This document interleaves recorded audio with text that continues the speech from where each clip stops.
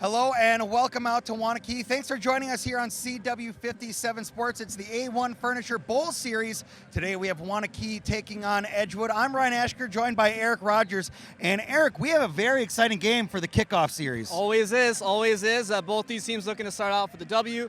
Madison Edgewood coming off a year where they second time in the last 15 years they missed the playoffs, so they're obviously looking to get back to there. Waunakee kind of doing the same thing, but they've been a perennial powerhouse. Gonna look for some more offensive weapons, I assume, here tonight. Yeah, Waunakee with some guys they're going to have to replace, so we're going to see how they're able to do that today. Edgewood looking to pick it up a little bit from last year, and they have a good team from what we've seen so far in the preseason, so we should have a very exciting matchup. It is the kickoff bowl here with our friends at A1 Furniture. It is the bowl series here on CW57. Once again, that's Eric Rogers. My name is Ryan Ashker. We're going to be joined by Dan McHugh from Al Byers here in just a moment, as well as Coach Pat Rice and Edgewood as well. We'll be back in just a moment.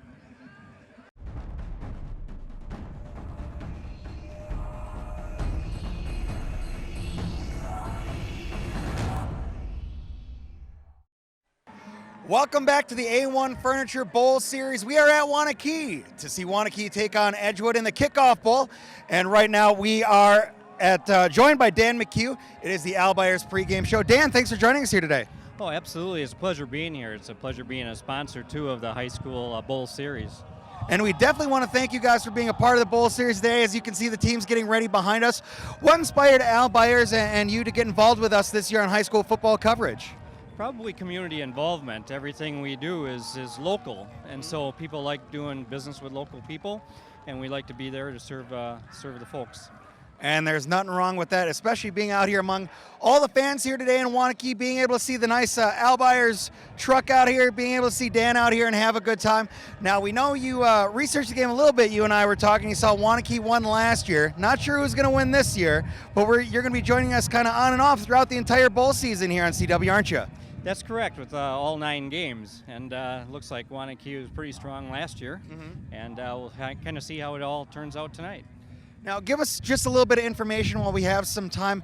What do you guys do over at Al Byers? How can you connect with our audience here today, and how can they get in touch with you?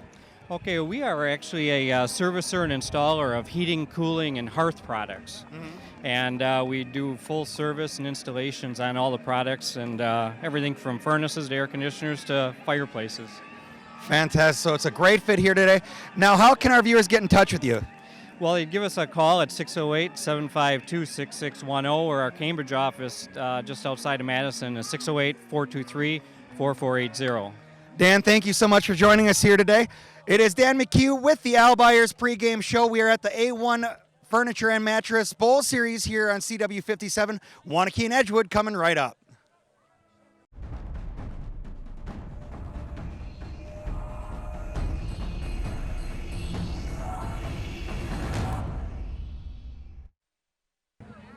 Welcome back to the A1 Furniture Bowl here. We are at Waunakee. We're going to see them take on Edgewood, and right now we're joined by Edgewood coach, Coach Minnick. Coach, thanks for joining us here today. No problem. Great night for football. Fantastic night for football. And I asked Coach Rice as well, you've both been doing this for quite a while. You still got the butterflies on opening night? Well, you know, you always are nervous for the kids. There's a lot of them playing their first varsity game, and you're playing a really good opponent, so you just hope they get over those jitters right away and start playing good football right out of the chute. Your quarterback Jack Dunn, all-conference quarterback the last couple of years here. Can we expect more of him in the offense being a big part, maybe in the run game as well, or what's kind of his involvement going to be? He's a dual-threat quarterback, so he, run and throw, and he's one of the best ones in the area. Well, it's simple enough, and then obviously there's a lot of turnover each and every year. Who are some of the guys maybe on the defensive side of the ball that are going to have to stop the powerful Waunakee offense? Well, we've got, Jack McNeil, Sam Cuso, and Fred Richards are going to kind of anchor that D-line, and then we have Cody Link and Nick Schalander and Joe Albrecht at the linebacker core that are all returning. So those guys have played quality snaps. We expect them to be good football players tonight. And then we talked a little bit on the way over here. Just what are you seeing out of your guys fall camp, and now you're finally seeing the first product here on the field. Maybe what are you looking for? Well, we just want them to come out and execute, not beat ourselves. We want them to play hard, play smart, play together, have some fun. Coach Minnick, thank you very much for joining us here on the pregame show today. We want to wish you luck as you take on Waunakee this evening. Thank you. Appreciate it. We could always use luck. Thank you for joining us on the Albuyers pregame show. It is the A1 Furniture Bowl here on CW57. We'll be back in just a moment.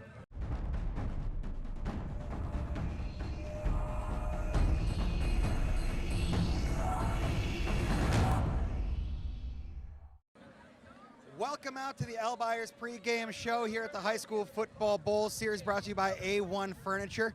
It is Waunakee versus Edgewood, and right now we have the honor to be joined by Waunakee coach Pat Rice. Pat, thanks for joining us here today. You're welcome. Thanks for being here. So I got to understand, you've been doing this quite a while. You still got butterflies for opening night? Oh yeah, I'm nervous. I'm excited, I guess is a better way to put it, but absolutely. Kids have worked hard, and we've been counting it down, and it's finally here, so we're excited. Obviously, people who are familiar with your program, Troy Laufenberg, for the last few years, been really big part of your offense, and you lose him. You got to think there's someone that's going to step in. Who's that going to be? We hope the whole group does. I mean, we've got some senior leaders that have done a great job through the preseason, and we'll see tonight. But we got a number of kids we feel that are explosive kids that when they get their turn, I think they'll make it right. So Troy's going to be tough to replace, but we're excited about the possibilities. And I also understand Casey Marksberry, your quarterback, is playing a little defensive back as well. How much will we see him on the defensive side of the ball? We kind of need to see how the game goes and what it dictates in terms of where we're at. But he's fully ready to play at corner for us and does a nice job back there. And now you have coming in here tonight. First thing you want to do is obviously get a win. But is there anything in particular you're looking to establish, maybe week one? No, we have a lot of respect for Edgewood and their program. They've got some quality players, so we're just looking to play and take another step from our scrimmage and get the W and try to keep moving forward. That's our goal, is to try to win each game, and this is the first one. Fantastic. Pat, thank you for joining us here on the Albuyers pregame show. We want to wish you and Waunakee good luck tonight. Thanks a lot. Appreciate you guys coming around. We'll be back to more of the A1 Furniture Bowl Series in just a moment. For Eric Rogers, I'm Ryan Ashkern. We'll be right back.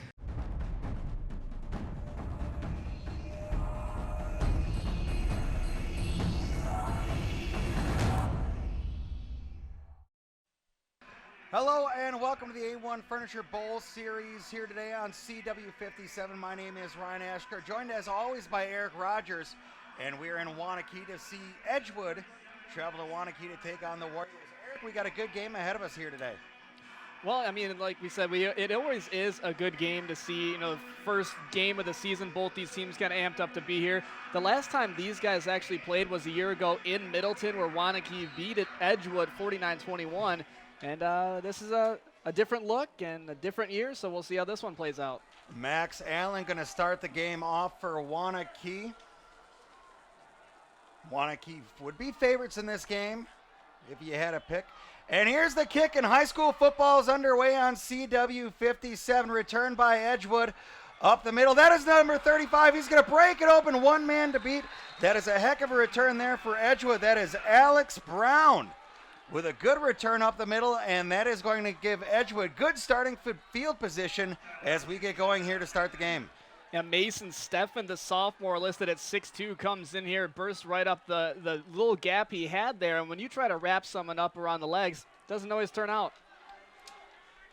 We want to thank our friends over at A1 Furniture for bringing us the bowl series. It is the kickoff bowl here on CW57 tonight. Edgewood set to take off. Lined up in an option formation. Weighing the snap. Here it is, a draw up the middle. Going to hand it to the running back. Going to expect Jack Dunn to do some running here today. A dual threat quarterback, as you saw on the pregame. Well, when you have in that formation there, that's the 4-3 defense there from Waunakee, and Coach Rice really heavily favoring his defense in his multiple 40. The fact that he's got so many returning linebackers are really going to swallow these guys up in the backfield if they can get that kind of penetration. Peyton Bondock there on the carry.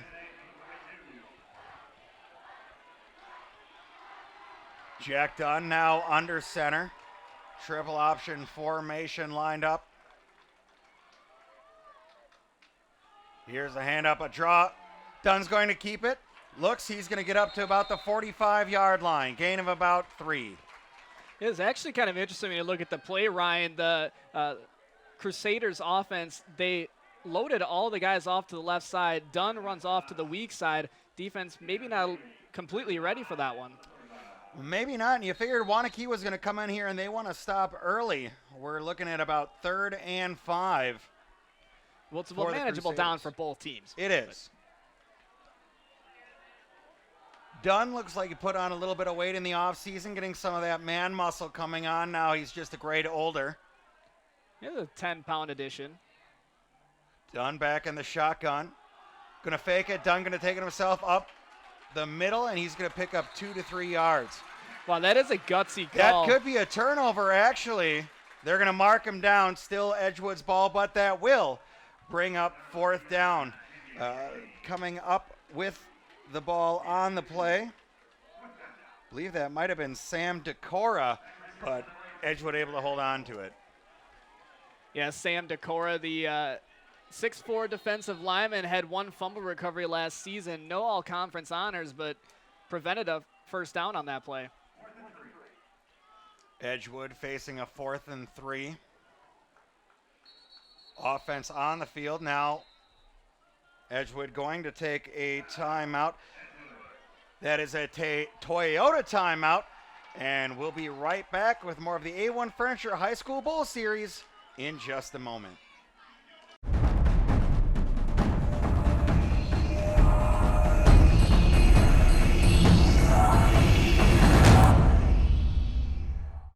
Welcome back to the A1 Furniture Bowl Series. My name is Ryan Ashker, joined by Eric Rogers. We have Wanakee taking on Edgewood.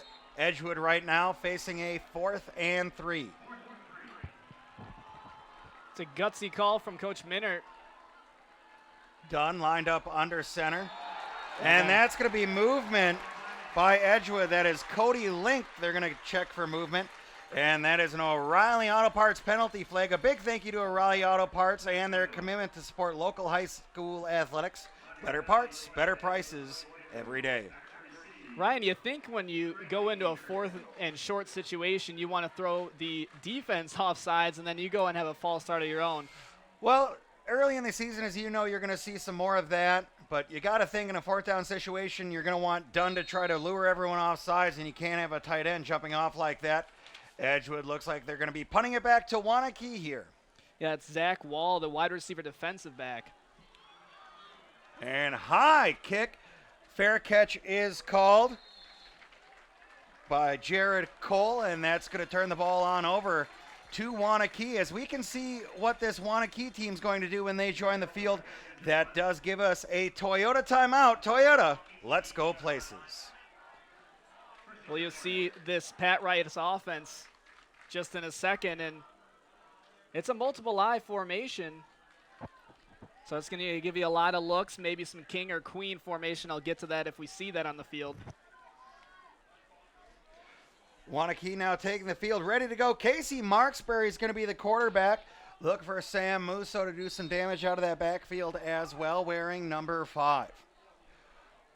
Marksberry in a pistol formation. He's going to take it himself right up the middle. Good defense there by Edgewood, stopping him after a gain of about 1. Yeah, this big defensive front for both teams really stalling any offense, and you got both quarterbacks trying to run it up the middle, maybe just testing him out a little bit. So we have the same kind of look here. Back into that pistol-looking formation. Marksberry going to hand it off this time, run up the middle. That is for Musso. And he's going to pick up just about maybe 2 more. Set up a 3rd, and looks to be a long 7 for the Warriors. And if you're noticing a guy by the name of Javian Dane on the roster for Wanakee, that is the son of former Badger Ron Dane. Back to pass now, under pressure. He's going to roll out, and he's going to be taken down to the backfield. That's going to be a sack for Edgewood. That's going to bring up 4th down. That is a great defensive series there early for Edgewood. Man, both of these defenses really, and Marksberry's lucky he didn't lose that ball. He didn't have that high and tight like you want it, but sometimes he gets surprised from behind, and he got lucky. And Wanakee facing a 4th and 7. They are going to punt this ball away back to Edgewood. Back from their own 6-yard line. Looking to return, we have Jack Dunn once again, and that's going to be Edgewood's ball. We'll be back in just a moment. It is a Toyota timeout. Toyota, let's go places. We'll be back to the A1 Furniture Bowl in just a moment. Welcome back to the A1 Furniture Bowl. It's the kickoff bowl. Actually, the A1 Furniture Bowl series today is the kickoff bowl as we have Waunakee taking on Edgewood. Both defenses starting strong. Edgewood to start. Waunakee stopped them. And then it looks like we have a penalty flag on that punt. We'll see what that is. Regardless, that will be another O'Reilly Auto Parts penalty flag. Well, this is going to be against Waunakee. They're going to back that up half distance to the goal and basically kick from within the end zone. So the field position Edgewood had there only going to get better. Well, that's going to help them out because Waunakee had a really solid kick, and Edgewood, Jack Dunn, the returner, still had fantastic field position as they tried again. Dunn actually has his toes on the 50-yard line, so Edgewood's going to look to start in Waunakee territory.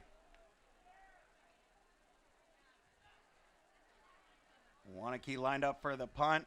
Here it is off the foot. A booming punt. Fair catch called by Dunn. He's going to haul it in, and Edgewood's going to take over on the Waunakee 49-yard line.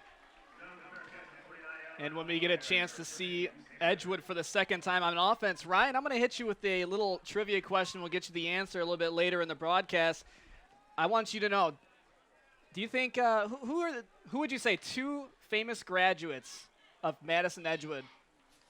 Two famous graduates of Madison Edgewood. You don't have to tell me now. Okay. But if you have an inkling, go ahead and guess. Edgewood High School, correct? Edgewood High School, yes. Okay. I want to think about this one.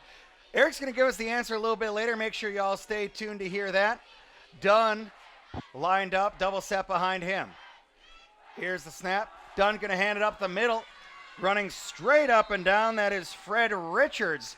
Going to pick up about 2 yards for the Crusaders.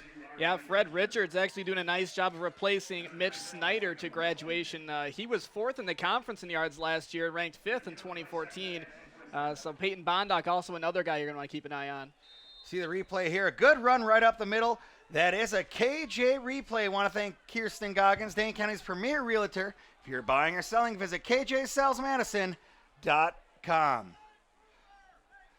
Dunn back in shotgun formation. Making sure they're set up. Double wide behind him. Dunn keeps himself. He's going to go up the middle, a little jump move. He's going to sneak his way there and be close to a first down. Looks to be just a bit short. Could be close enough to measure. And that's why you have Dunn. We have a little scuffle here on the field right now. Let's get sorted out. But, you know, when you have the quarterback like that, he waits a second before he runs up the middle, and you had the safety bite on it. He fell too far back into the backfield, picked up a good chunk of yardage. Yeah, some over pursuing from the defense there. Dunn being able to take advantage of that. Little scuffle broke out. You figure these guys are just excited to hit someone in a different color uniform. Well, they've been hitting each other all fall, all summer, and now they finally, like you said, get to hit the other jerseys. I believe they're going to be looking at a measurement here. Well, the official's not exactly sure what they're doing. They got to set. The boards are not coming off. There they are now coming off the sidelines. We're going to get a measurement here. Well, we have a moment. Want to thank our friends at Mad City Frites. Visit them on State Street and experience the best fries in Madison. Have you had a chance to stop there yet, Eric? I have not, but now that they're a sponsor, I mean, I tell you what, right on State Street, fantastic. Mad City Frites joining us on high school football coverage for this season. And it looks to be Edgewood is just about 2 inches short. Third down, you know they're going to go here. Probably I would look for Dunn to make a QB run up the middle. What are your thoughts? I mean, that's something you got to consider at least, and otherwise you might want to use one of those big fullbacks in the backfield. You have the spread offense. Plenty of options here with the wings as well. Fred Richards and Peyton Bondock lined up right behind Jack Dunn, who's in shotgun formation. Look for Waunakee to bring some pressure. Edgewood not with a pass yet in this game, looking to pick up a first down, will be the first of the game. Dunn's going to hand it off to the big fullback right up the middle. Once again, that is Fred Richards, and he's going to pick up a Courtesy Ford first down. Courtesy Ford in Sauk City, your new truck destination. I mean, right on cue, Ryan. He pulls right up in the middle. As you see, now we have our Kirsten Goggin instant replay. And you got to put your big guy up there. The Packers do it all the time with the Coon. Yeah, it's a great decision. You know, as much as Dunn keeps it, especially with Wanakee coming hard, you're going to want to save your quarterback from getting beaten, banged in the middle if you can. And both these coaches, let's take this, Ryan. You got this timeout. That is going to be a timeout. That's a Toyota timeout. We'll be back one to the A1 Furniture Bowl Series in just a moment.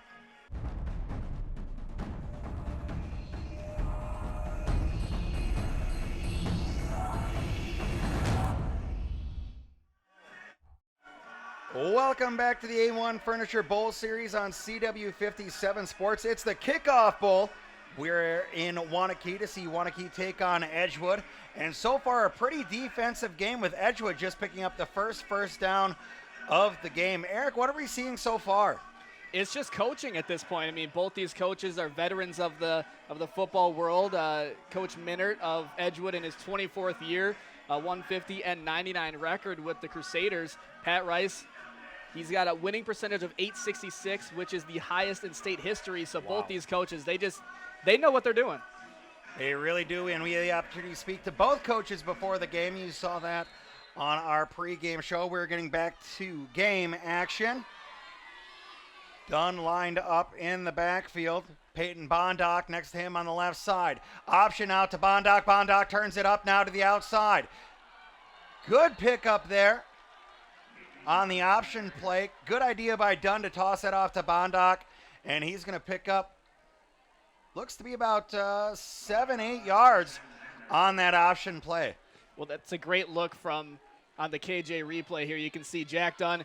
He shoulders the defender enough. He squares up so the defense thinks that he's going to run it himself, pitches it out, picks up a good chunk of yardage. One of the advantages of having a dual threat quarterback, and Dunn is one of the best in the area.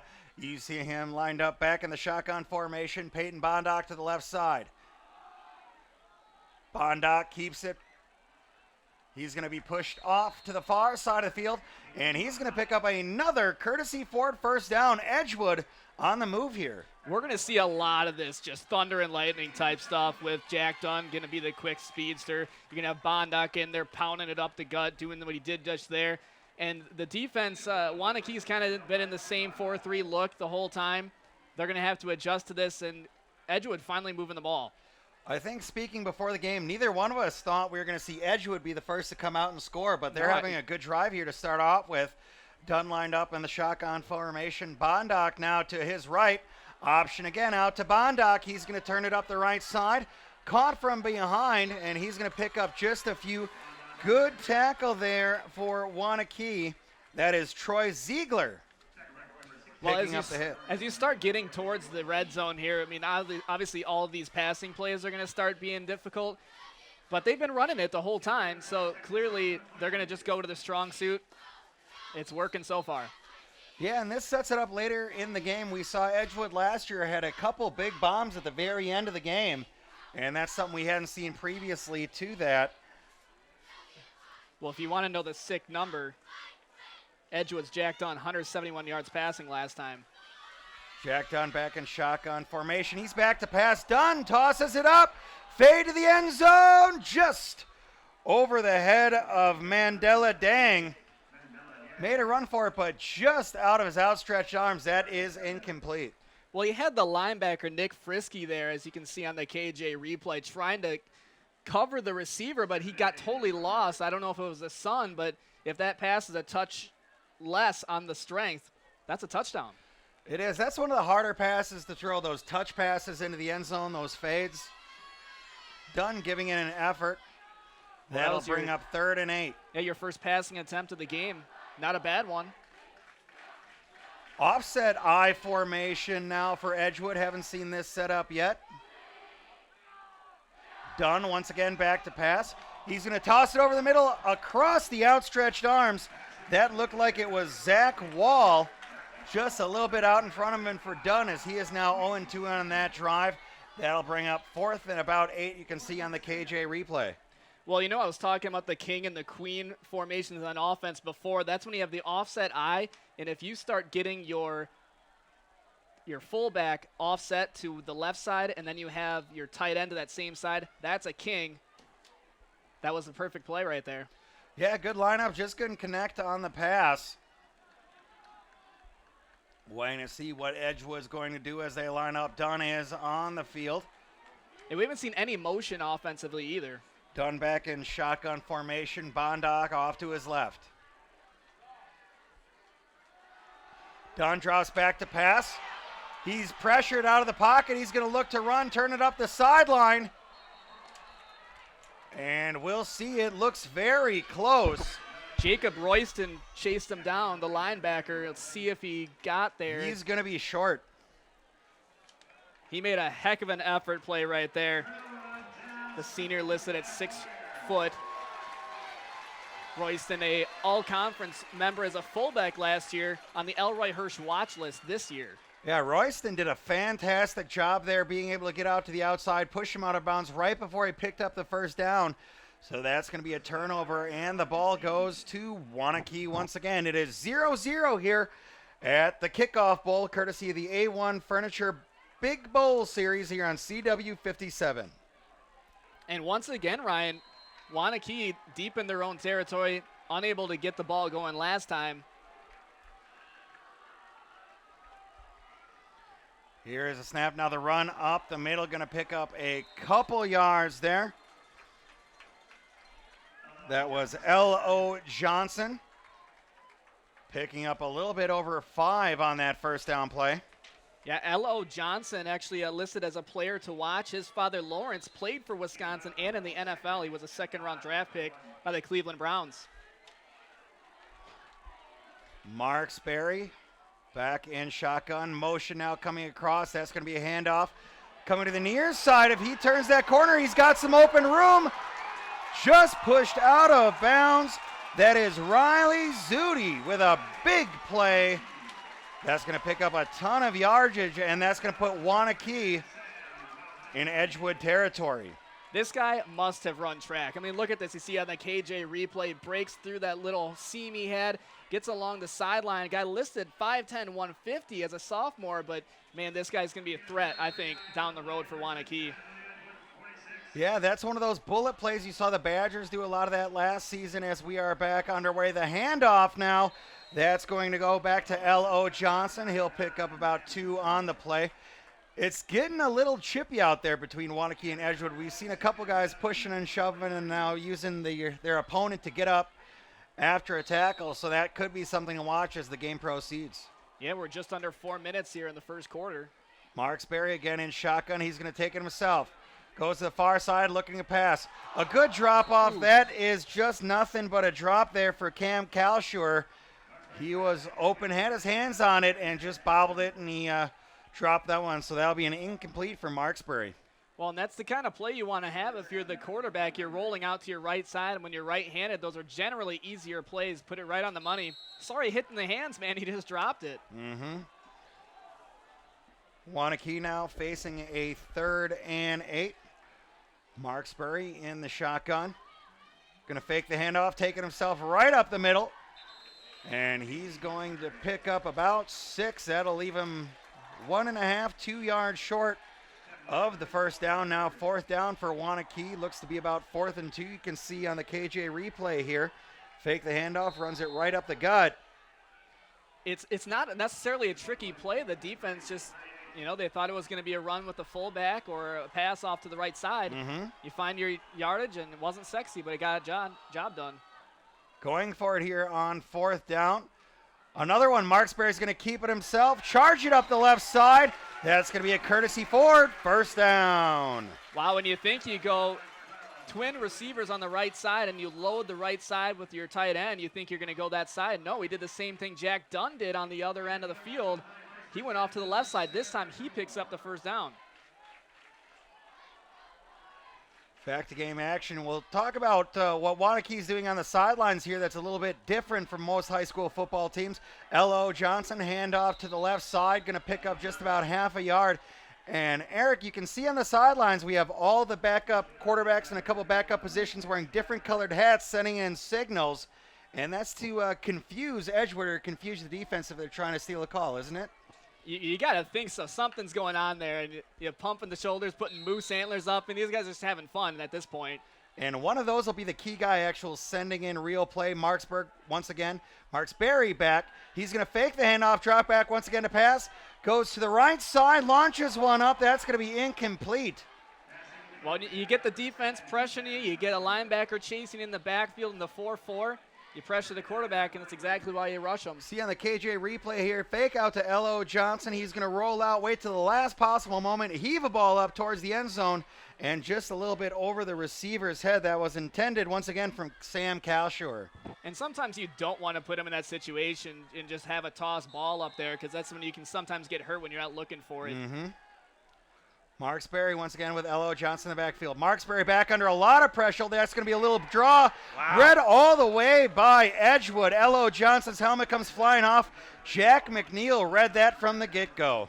And how about that when you have a draw play, or not a draw play, excuse me, a screen pass, and you see on the KJ replay, you get the rush that you want, but still you leave one guy uncovered. Your offensive lineman's got to pick that guy up. Yeah, the goal of that is to draw the defense in. You want them coming after your quarterback and just tossing one over their head. It's not going to work there. You don't usually see those goes for negative yardage. Not often. Kyle Jensen now in as protector as Waunakie's going to punt straight up in the air. That is not what Waunakee wanted. That punt's going to go about 8 yards, going to be returned by Sam Rozowski. And he's going to pick it up in just a little bit. That brings us another Toyota timeout. We'll be back with more of the A1 Furniture Bowl series in just a moment.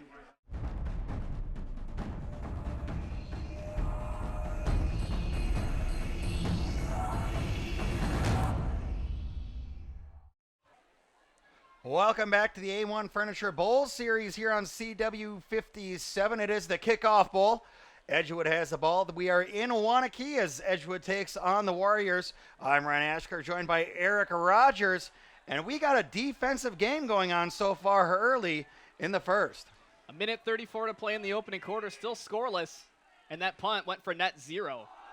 Waunakee bringing a lot of pressure up the middle, and that's going to stop Edgewood from picking up much more than half a yard. A net 0 on that punt. We saw that in real time. It didn't look good, and the good return there, once again by Sam Rozowski, makes it a 0 net punt. You don't want to see that if you're Pat Rice. Hey, it's easy for the officials. They just go, all right, I'm going to put the ball right back where I had it before. Just flip the sticks around. That's about all they had to do. Dunn now back in the shotgun. Peyton Bondock, he's played a big role in this game, lined up to the left side of Dunn. Trips right. Watch this. Good job by Dunn keeping the ball. Bondock gets tackled behind the line of scrimmage. Dunn with a nifty move there, and he's going to pick up the courtesy Ford first down. My goodness. You don't see a quarterback shed off a linebacker like that too often, and this guy, he's only listed, I think, 175 pounds, but geez, is he strong. That was an absolutely beautiful option play there by Dunn. Holding it with the running back, drawing out at the very last second of the point. Bondock got hit hard in the backfield, and Dunn able to take that up the left side for another courtesy Ford first down. You might say, just don't hold on to it so long next time. They'll take the first down on that. Dunn lined up, Bondock off to the left. Dunn looks to Bondock on the left side. That'll be another first down. Bondock up the sidelines now. He's going to take it down to about the 22-yard line. Another big play as Dunn connects with Bondock. Bondock going to be the leading receiver here for Edgewood this year. Bryce Hafer graduated last year and led the conference with 843 yards and 13 touchdowns. The team ranked first last year, by the way. Wow, you can see that on the KJ replay. Another big play for Edgewood. We got to see if they convert now as they get down near the end zone.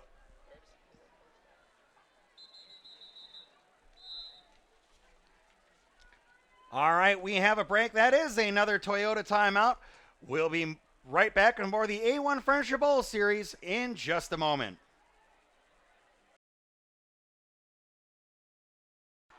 All right, welcome back to the A1 Furniture Bowl series. There you see Dunn taking himself right up the middle. As we come back, that'll make it. And we'll be going right back out. That's another Toyota timeout. We'll be right back for the A1 Furniture Bowl Series in just a moment. That breeze is no.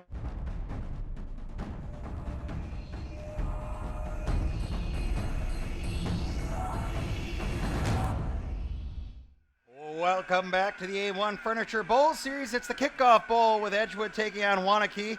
We want to thank our friends at AccuClimb Mechanical Services. Call now and get $40 off of professional precision tune-up of your furnace. AccuClimb Mechanical Services. You'll feel just right. Edgewood has the ball. It is 2nd and 8. And ball on about the 21-yard line of Waunakee here. Their second chance at threatening here and maybe coming away with some points. Dunn now under center. He's going to hand it off. Going off to the right side, looking for the angle, cuts it up, knocked out. That will be another courtesy Ford first down.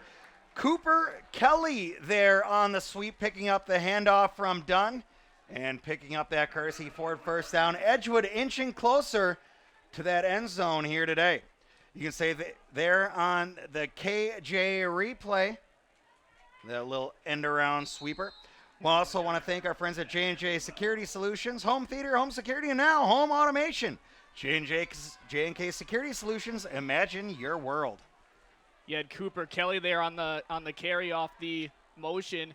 And that's a name you're going to want to remember. I think we're all going to learn some of these newer players in 2015. I agree.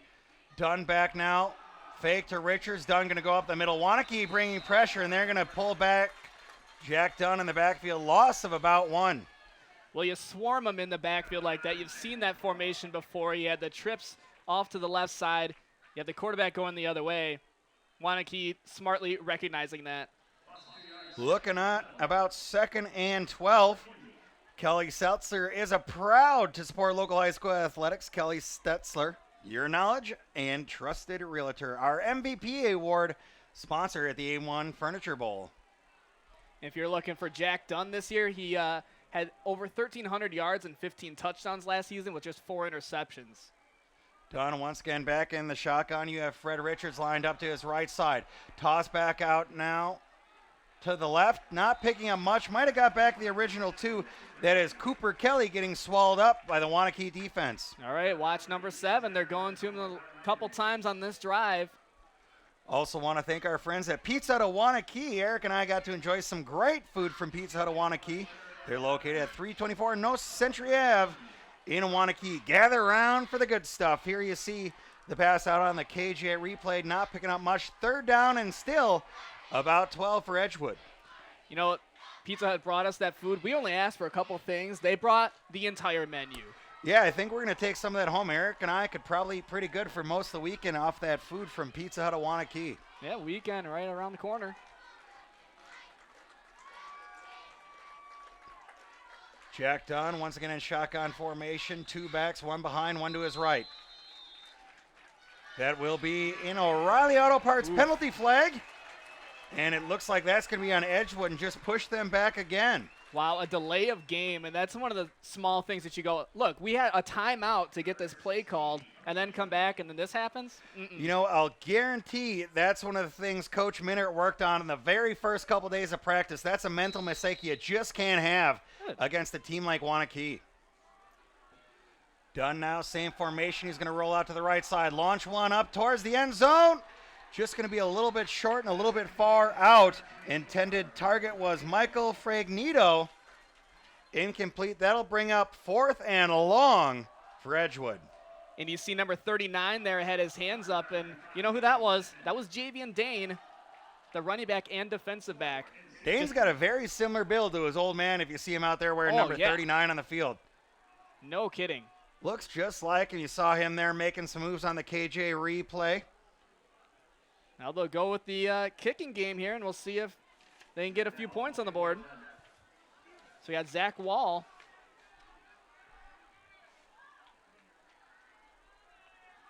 Here is the kick. It is up, and that's going to be good. Not easy 3 points, but they're going to pick it up for Edgewood. Zach Wall, Edgewood is up. You can see on the KJ replay. That'll be a kickoff, and it'll be Waunakee's ball. That is a Toyota timeout on the exchange. Toyota, let's go places. We'll be back with more of the A1 Furniture Bowl Series in just a moment.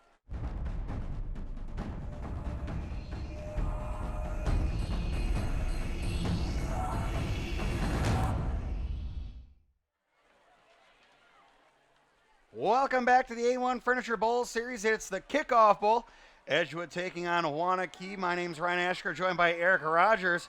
And we talked a little bit last series about some of the great food we had. Blow and Smoke Barbecue, also partnering with us today. Blow and Smoke Barbecue, 1336 Montandon Avenue in Waunakee, where the sauce is always on the side. And it was more fantastic food. Think I gained about 10 pounds in our pregame meal here today, Eric. It's just in the bulking phase. I'll lift and I'll get more trim later.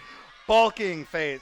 At our age, can we call it bulking phase, or just now we're getting fat in the off season? I will call it bulking. You'll call it bulking. I'm retired. I'm a retired football player now, so I'm just going to get fat. Edgewood going to look to kick off here, turn it over to what we assumed would be a dangerous Waunakee offense, but they haven't showed that here early in the second quarter. Kick is off, going to be back. Not a bad kick, back to about the 10. Waunakee returning up right up the middle.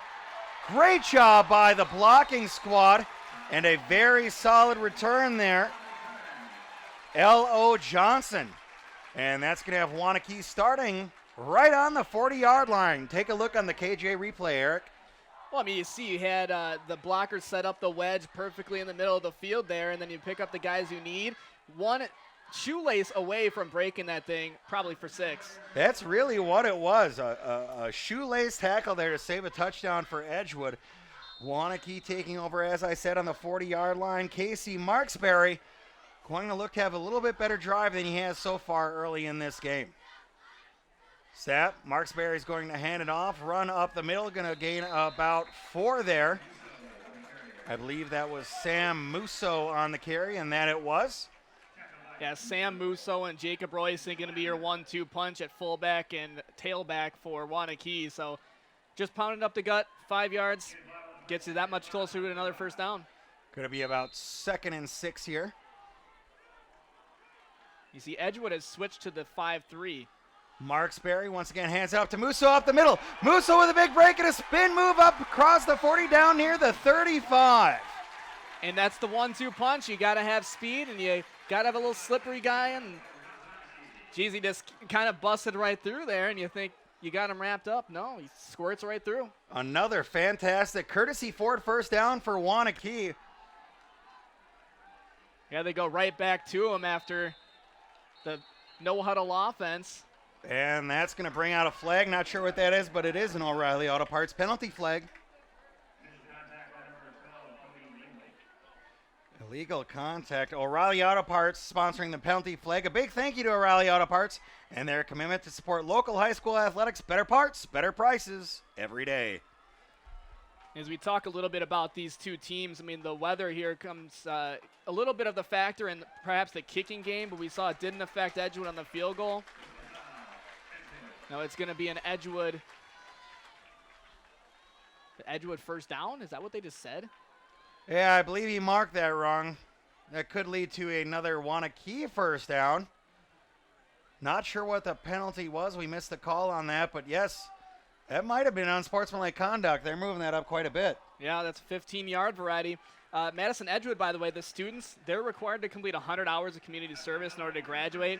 A third of the students, they graduate with at least twice those required hours. Fantastic. That is another courtesy Ford first down for Waunakee. Quarterback keeper here up the right side. Going to get up, not quite taken down. You got to get him all the way to the ground if you're going to tackle him. Good move there by Casey Marksberry. Yeah, sometimes you just want to go down when they're twisting around the knee like that. But, man, he just, pushing a little bit. He's going to put the effort play into it as we tick down to 8:35 to play in the second quarter. Waunakee running a bit quicker of an offense now. Marksberry leading the way. He's going to take the shotgun snap, hand it up to Musso up the middle. Musso going to pick up a few yards and get throttled by some Edgewood defenders. Want to thank our friends at A1 Furniture for supporting us this season as our official Bowl Series sponsor. Locally owned and operated since 1980. Find them on West Beltline Highway or South Stoughton Road. A1 Furniture and Bedding. Yeah, that wasn't really a great look by Musso. I mean, he had the overloaded left side. Musso gets a try again, right up the gut. That's going to be 6 for the Warriors. Sam Musso, same play. He did the same thing. I guess they proved me wrong, Ryan. At 6 points on the board.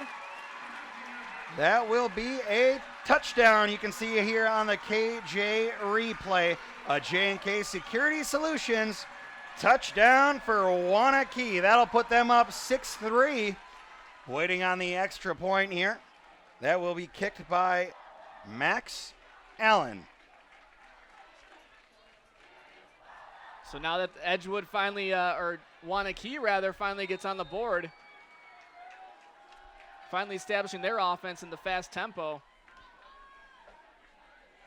Allen looking to put it up.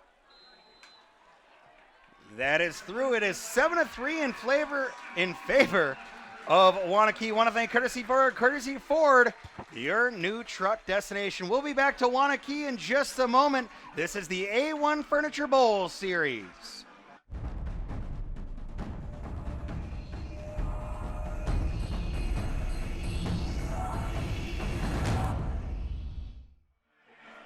Welcome back to the A1 Furniture Bowl Series. It's the kickoff bowl. Waunakee just taking a 7-3 lead over Edgewood. Want to thank our friends once again at Mad City Frites. You can stay tuned for the Mad City Frites halftime show. Visit them on State Street and experience the best fries in Madison. Eric, that's going to be a momentum shift here in the game. Edgewood playing very strong, and Musso there at that big run up the middle. You can see a little bit of stride coming back to that Waunakee team. Both these teams starting to finally get their offense going. The defenses have calmed down.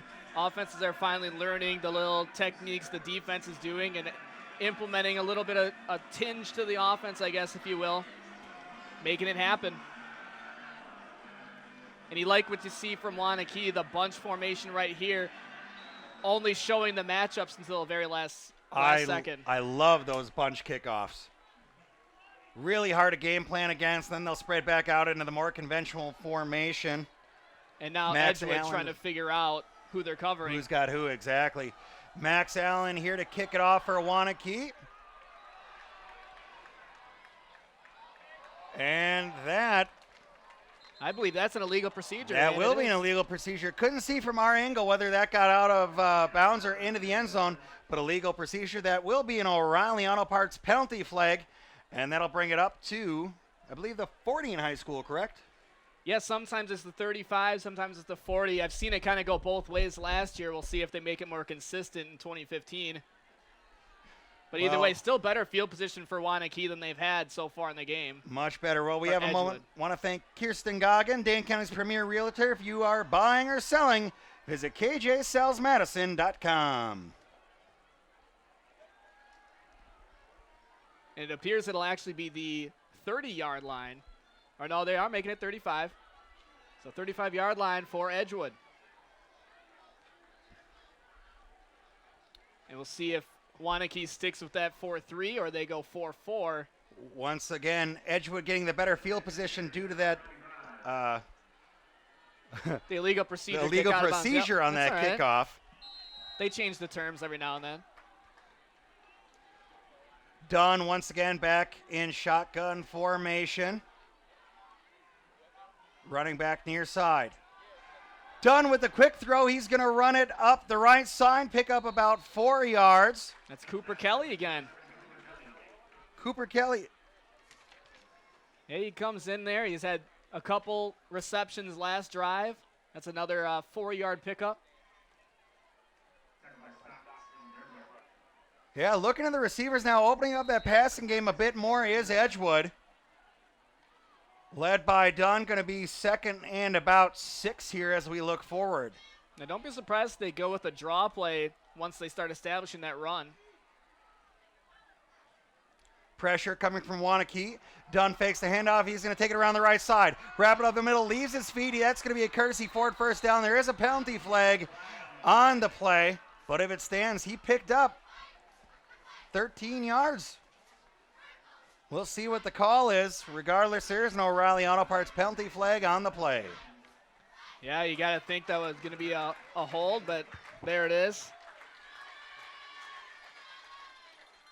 That's going to bring him back, going to negate that play, see if we can pick it up here on the KJ replay. Well, it happened on the far side of the field. And when you start tugging on that jersey, actually, like they might have even called that an illegal hand to the face. I think you're right on that. Yeah, they're moving him back. After a big play like that, that's not what you want to see. Dunn doing a good job. It is getting called back. Want to thank O'Reilly's once again for that. The defense hasn't really experimented with too many different looks. Not much. They brought a little bit of pressure a couple times. Dunn ready for the snap. Running back lined up to the near side. Going to hand it off. And he's going to be stopped deep in the backfield. Loss of about 4 for Edgewood. Yeah, that's just good assignment pickup. I mean, each guy on the D-line is assigned a certain gap or a pair of gaps. They got in there. They penetrated. That's all you got to do. Call our friends at AccuClimb. Call now and get $40 off. For professional precision tune-up of your furnace, AccuClimb Mechanical Services, you'll feel just right. Third and very long here for Edgewood. Dunn once again in the shotgun formation. But before the play even started, we're going to stop it. Might be. Now, not sure what that Was it encroachment? means. It was not an encroachment call. It was he tapped his legs and one of them was kicked, but it might have been an encroachment. Well, they're moving Edgewood back. Must have been lined up off sides is all I can think of on that. Regardless, another O'Reilly Auto Parts penalty flag.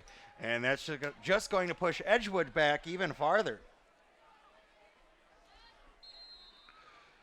Third and close to 20 now for Edgewood. Let's see if Dunn has a little bit of magic here with 6:20 left in the second.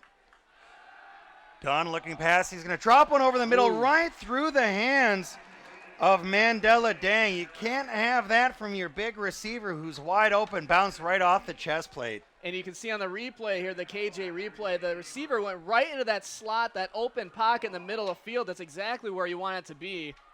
It was short of the first down regardless. Well, great route combination. Could have gave them a better chance to possibly go for it on fourth as they are down. But now looking at 4th and 20, Edgewood's going to have to punt. And we're down to 6:15 in the quarter. Here's a punt. Booming punt high down to about the 40. Fair catch is called. Waunakee going to take over at the 41-yard line. Change of possession. That is a Toyota timeout. Toyota, let's go places. We'll be back with more of the A1 Furniture Bowl, A1 Furniture Bowl series in just a moment.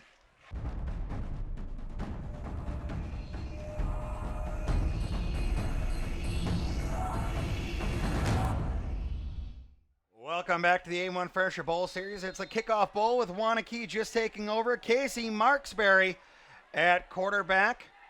And this is the second time we've seen this play today. Going to come to the near side, turning up the sidelines, good enough to pick up just a couple of yards. Was that Musso? No, that was number 8 for Waunakee. That is Hunter Shep on the end around. And then Edgewood saw that one coming. And, interestingly enough, Waunakee looking for, a win here at home. They had a streak of 94 consecutive home wins from 98 to 2013. Wow, it's absolutely that ridiculous. Impressive streak. Marksberry to the handoff to L.O. Johnson. Johnson going to be stopped for a loss of 1 on the play. Going to bring up 3rd and 8. Johnson's one of those running backs we're going to have to keep an eye on this season. Yeah, exactly. And that's the State Journal said the same thing. I mean, the guy, actually, it's interesting enough. I mean, he should be called Lawrence Johnson II, but he goes by L.O., which I can only assume is his first and second initial. Marksberry now fakes the handoff to Musso. Goes out to his left side and overthrows it. That's not an easy pass for a right-handed quarterback. I mean, he did the right thing, though. He squared up right as he was about to throw it. It's just, not an easy pass to make. Not at all. That ball will fall incomplete. Bring up 4th and 8 for Waunakee. And with Marksberry coming off the field, it looks like they're going to be punting. See here on the KJ replay, fakes, ends around to the left side and Squares up, not necessarily a throw across the body, but still falls incomplete, and Edgewood's going to take over, barring a fake of some kind here by Wanakee. Clean punt is off. Much better than the first time around. Fair catch is called by Dunn, and he'll field it safely at the 25-yard line. That is a change of possession. While we have a moment, want to thank our friends at J&K's Security Solutions, home theater, home security, and now home automation. J&K's Security Solutions, integrate your world. Now, if you're looking here, Ryan, at who are the teams that are really good in the state, I mean, Wanakee has 4 state championships, 99, 2002, 2010, and 2011. Mm-hmm. Madison Edgewood has 13 playoff appearances, but they haven't had a state championship yet, so they're looking to turn the trend around here in Coach Minnert's 24th year. Yeah, you'd like to see Minnert get, farther in the playoffs than he has. He's such a great guy and a fantastic coach for Edgewood. Edgewood offense now back on the field. Dunn in shotgun formation, going to fake the handoff, drop back, and he's going to be attacked in the backfield. That's going to be another sack for that fierce Warriors defense. Well, that's also what happens when you have the 4 deep defensive backs and you can get some of them swarming around. Gives the linebackers a chance to harass the quarterback, and that time it got to him. Edgewood now facing a 2nd and 12, taking their time here, getting to the line. Kelly Stelzer is proud to support local high school athletics. Kelly Stelzer, your knowledgeable and trusted realtor. Edgewood coming to the line. It's going to be a 2nd and 12 here for Madison Edgewood. Dunn once again in the shotgun as he has been most of the night. A linebacker coming off the right side. Flag on the play, an O'Reilly flag taking that, though, was number 22, Peyton Bondock. Looks in the area where that could be a holding. I mean, it's good recognition from the offensive line to know the snap was coming and the linebacker at the same time. Got to the line just as the ball was snapped, still picked up the blitz. It was L.O. Johnson, I believe.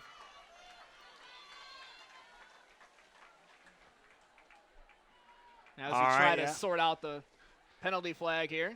That is going to push Edgewood back once again. And it is a hold. Edgewood, after that scoring drive, has not had much success on offense, pinned deep in their own territory and losing yards their last 2 possessions. Well, that's the risk you run when you try to do some things maybe you're not too familiar with. But then again, you do practice this every day and trying to teach discipline to your offensive linemen to not flinch and also to not get caught holding. You can hold. It happens almost all the time. Just don't tug on that jersey. Looking at about a 2nd and 25 now for Edgewood. Wanakee's still playing an up-front defense. Wide open up the middle on the blitz. Wow, going right through the hands of Zach Wall. Oh, he knows it. Dunn was under a lot of pressure as, who was it here? Let me see. That was Alex Hansen of Wanakee, came untouched up the middle. You see here on the KJ replay. Dunn under a ton of pressure, gets walloped right before he lets the ball go. You still got to think you make that catch. Well, look who's over there on the far sideline. You also have Cody Link, the all-conference tight end. He's open as well. You had 2 options. It's just a matter of who you're going to throw it to right before you get hit. Zach Wall not going to be happy with himself after that drop pass. That could have been a game changer. That would have led to a potential first down for Edgewood. And it's 3rd and forever here. Ball's on their own 15, 10-yard line. See if Dunn has any magic up his sleeve here on a long 3rd down. We have 4:16 left in the half. Dunn running back on each side, lined up in the shotgun formation. Takes the snap, going to pitch it out to the right side. Going nowhere. That is Peyton Bondock on the carry. He'll pick up maybe 5 yards. It's still 4th and forever for the Crusaders. Well, as you look on the KJ replay here, Kyle Jensen, the defensive back, he just darted at the quarterback, and he bid on that one. He guessed, and he guessed wrong. Of course, at that point, I guess it doesn't matter. You think it's 3rd and 25. Yeah, not a whole lot you can do there. Obviously, Edgewood's going to punt this one away. Wanakee lined up at the 50-yard line to return it. Booming punt there by Edgewood, a safe field. He's going to cross the 50, get down to about 46-yard line for Wanakee. Pizza Hut at 324th North Century Ave in Wanakee. Gather around for the good stuff. Pizza Hut of Wanakee hooking us up with some food today. Change of possession. We'll be right back to the kickoff bowl at the A1 Furniture Bowl Series in just a moment. Well, while we keep it here, Ryan, Gonna while keep we it here, have, I guess. While we have a moment, I'll get back to that trivia question. I kind of teased. If you've been pondering that, I'll give you the answer. Don't worry. Okay. Not going to leave you hanging. I'm intrigued. Okay, your two famous graduates of Madison Edgewood High School, Chris Farley, class of 1982. You know who that is. I should have known that Down one. in a van by the river. And artist Georgia O'Keeffe. Really? So that's true story. Wikipedia doesn't lie. Wikipedia doesn't lie. Pick up about 5 up the middle there for Wanakee, make it about 2nd and 5, 2nd and 6. I knew the Chris Farley one. That just made you think. You made me think. You can't be doing that to me. Georgia, I never would have guessed Georgia O'Keeffe. Well, That's it was impressive. from 1901 to 1902. What are you going to think? That's true. Of course. How'd you not know the mother of modernism? Yes. I did take an art history class in college. That could lead to a first down there for Wanakee. Sam Musso with a run up the middle, close enough where they could measure it. Nope, Wanakee running fast. They're going to take it. Looks to be about 3rd and half a yard. Try it again up the middle for Musso, and he gets eaten up right at the line. Musso running hard, smaller athlete, but he just hit a brick wall. Well, even if he doesn't pick up the first down here, you saw that he broke a tackle initially, and so even to be close, it looks like they're going to go for it regardless. No measurement. Wanakee going for it here on 4th down. Marksberry lined up with the shotgun. Musso to his right. Once again to Musso. Musso powers it up the middle. And from where we're sitting, that looks to be, and there it is. That is a Courtesy Ford first down. Courtesy Ford, your new truck destination. Yeah, they knew that was 4-down territory regardless if they picked up the first down or not on that 3rd down. So you have you put a fullback closer to the line there and give that extra little bit of push. Worked out to their advantage. Musso now to the left side on Marksberry. Some confusion in the linebacking. End core. around there. Great move. I think they're going to get Wanakee on a hold. But regardless, a really nice end around run there, if it would count, going to Tyler Mays. Yeah, well, you can see on the body language, the lineman knows he just got caught. He's already going to start walking before they even call this one. Okay, that's another O'Reilly Auto Parts penalty flag, negating a fantastic end-around run there. Have a moment, one of the things, Blowing Smoke Barbecue, 1336 Montandon Avenue here in Wanakee, where the sauce is always on the side.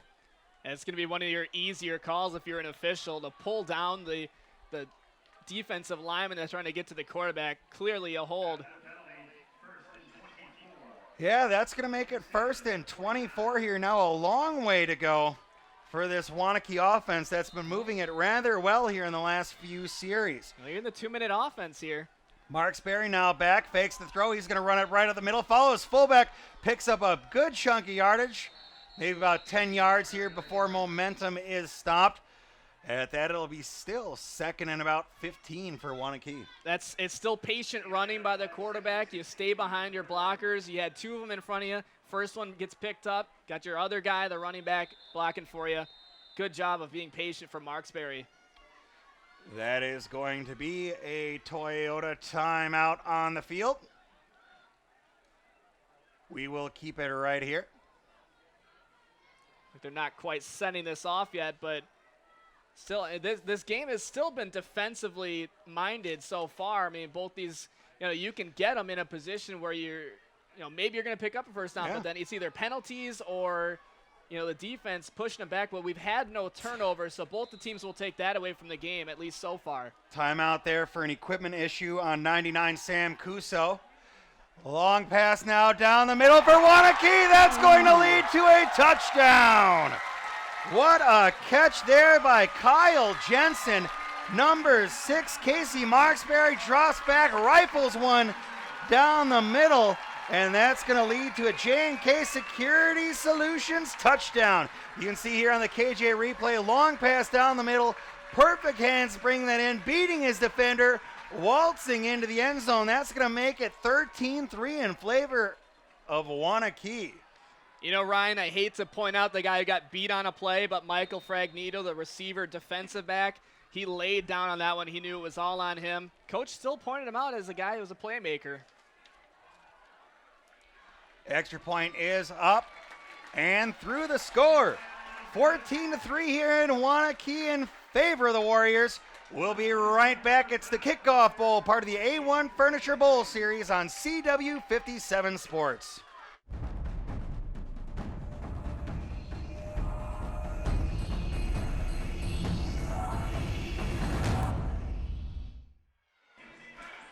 Welcome back to the A1 Furniture Bowl series. It's the Kickoff Bowl here in Waunakee that has the Warriors up 14-3 over Edgewood. And we're starting to see this Waunakee juggernaut take off, Eric. Well, you look at a guy who's really done it all here for Waunakee, Sam Musso. He's probably going to be our player of the game here, getting the Kelly Stelzer MVP award. We'll see if that holds up, but 2 straight touchdowns by Waunakee's offense here in the second quarter. Coming up in a minute and 22 seconds, we have the Mad City Frites halftime show. Visit them on State Street and experience the best fries in Madison. And as we kind of talked about both these teams, you know, the last played each other a year ago in Middleton where Waunakee won 49-21. Waunakee holds a 2-1 edge in the last 3 meetings, but this is the only 4th meeting in the last 13 years. And here is the kickoff driven back deep. Edgewood's going to let that go in the end zone for a touchback. Change of possession here at Waunakee. Edgewood ball, Waunakee up 14-3. We're going to keep it here while we have a moment. Want to thank A1 Furniture, Mr. Paul, and the whole group over there at A1 Furniture for supporting us this season as our official Bowl Series sponsor. Locally owned and operated since 1980. Find us on West Beltline Highway or South Stoughton Road. Ryan Ashker along with Eric Rogers. You're watching CW57. It's the Kickoff Bowl, part of the A1 Furniture Bowl Series. We'll be covering all 9 weeks of local high school football, 18 different teams. And Eric, we're just getting started. Oh, it's going to be a good one. It'll be a good series. And here is the handoff right up the middle. That's going to go to big number 34. That is Fred Richards up the gut, and he's going to barely make it back to the line of scrimmage. Now they're going to have to hurry here if they want to get something going, but it looks like Waunakee is going to take a quick timeout here. That is a Toyota timeout. Toyota, let's go places. Well, while we keep it here, I want to hit you with some more trivia here. I know I always got some tidbits. The last 25 years, take a stab. Who's been the most successful team in the area? In the area, I would go with probably Waunakee. Waunakee would be correct. 836 winning percentage, 245 and 48, and still the most successful over the last 10 years with an 891, 114 and 14 win total. They'd have to be one of the top ones in the state as well, I would imagine. I mean, top yeah, 5 at least. And they come in ranked number 4 as far as large schools for enrollment based on last year. So this is going to be a team to be recognized, and I think they want that recognition. They know they got a little bit of a target on their back, but also a chip on their shoulder coming in here after missing the playoffs, or missing the state championship, I should say, last year. Yeah, you know, they want to get back to the ship, and they're starting to show a good team now here with just 1:14 left in the second quarter. Waunakee is up 14-3. It's the A1 Furniture Bowl Series, the Kickoff Bowl here tonight in Waunakee. Dunn now back in the shotgun, running back to each side. Dunn under pressure as he rolls out to the right, fires one, incomplete down toward the sideline.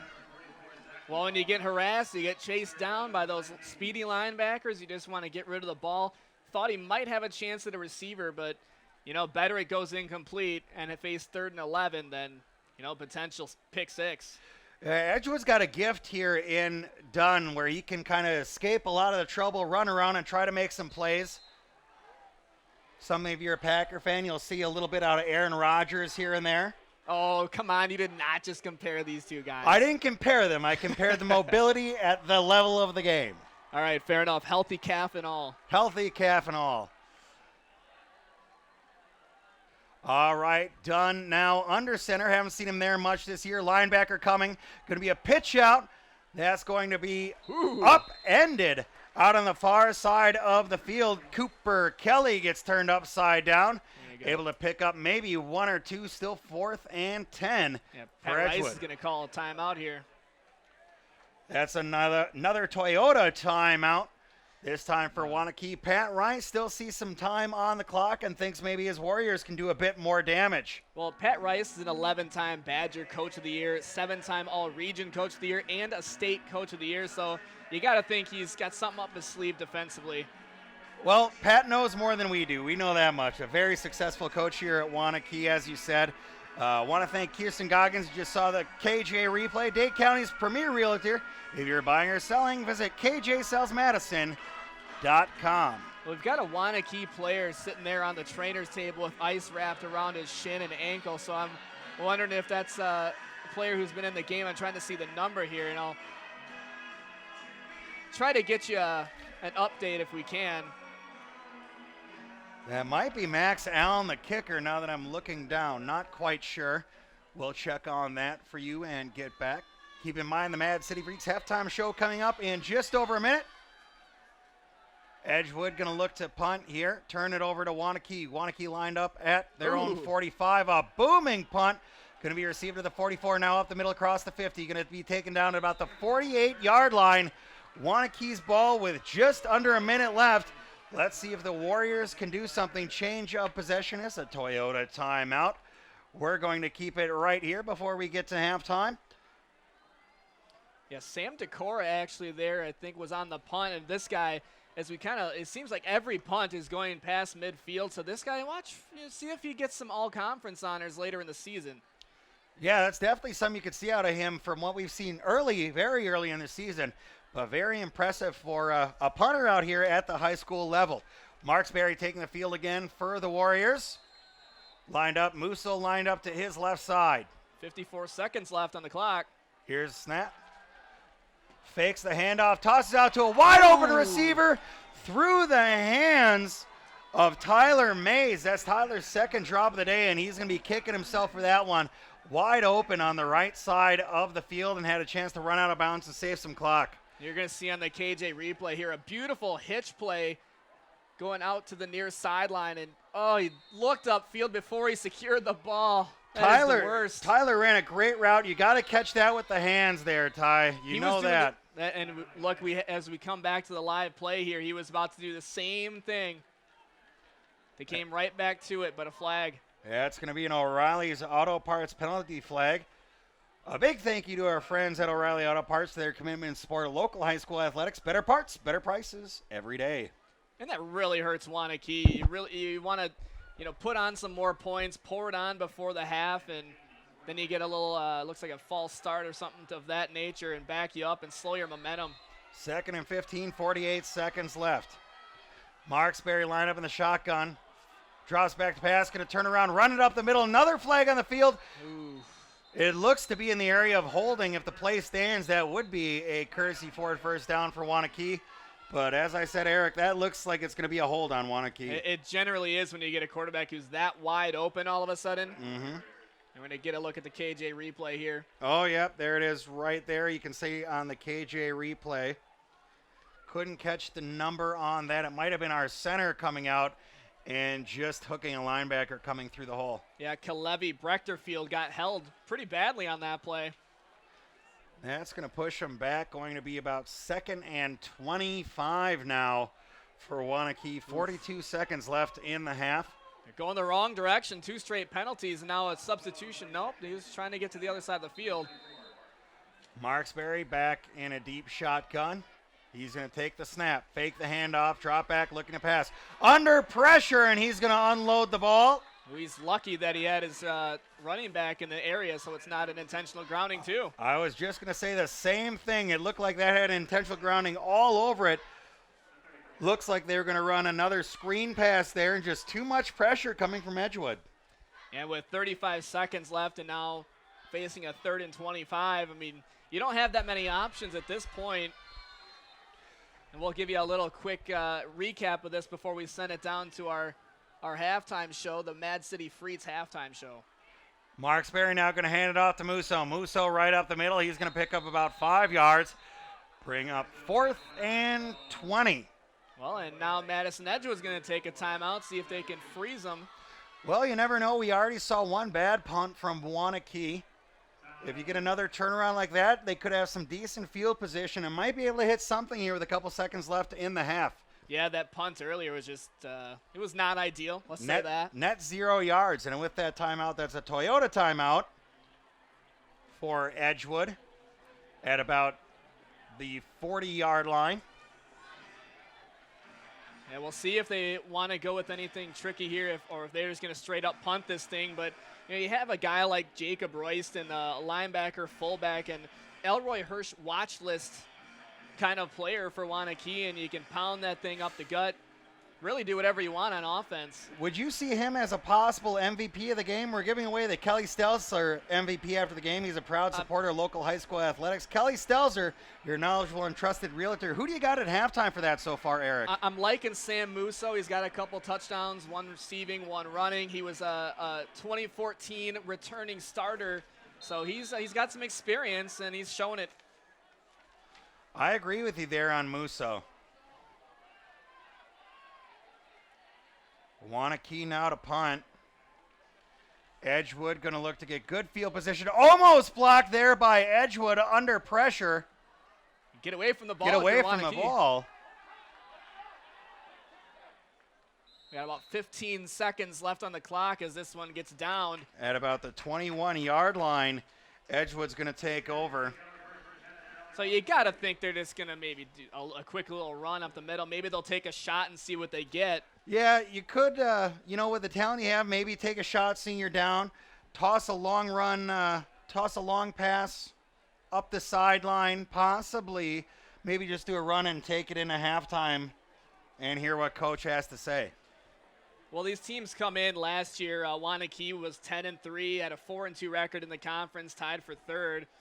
They've been chosen to finish second to DeForest this year, who was the co-winner of 2014. So, Madison Edgewood, maybe not looking to finish quite as hot, but they were fifth last year, so they're just looking for a little respectability, you got to think. Well, maybe let's see what Edgewood people. does. Edgewood's going to lose. Edgewood's going to have a fumble there, as there was a messed up handoff there between Dunn and Peyton Bondock. And that's going to wrap up the first half here at the A1 Furniture Bowl Series. It's the kickoff bowl, and we're going to toss it down to our sideline reporters for the Mad City Freets halftime show. Thanks so much to Eric and Ryan for getting us through a great first half. I'm Jessa Jeremiah, Janet Crescent. We're down here on the sidelines here at the A1 Furniture Kickoff Bowl, and Mad City Freets is bringing us an amazing halftime show. I can't wait. That's right, Jessa. We're going to be meeting all sorts of folks down here. We've got the cheerleaders, the cheer coaches, and Warriors principal Brian Kirsten, brand new athletic director, and more. It's all right here at the Mad City Freets halftime show on CW57 Sports, so stick around.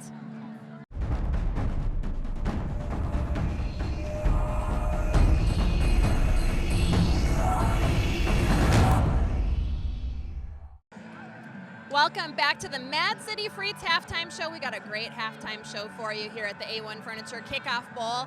We are joined now by the cheer coaches. We've got Jen and Holly, and we've been watching those cheerleaders over there. They're doing a great job. So tell us a little bit about your roles with the team. Well, my name is Jennifer Johnson. I am a high school English teacher here at Wanakee High School, and I am the assistant cheer coach.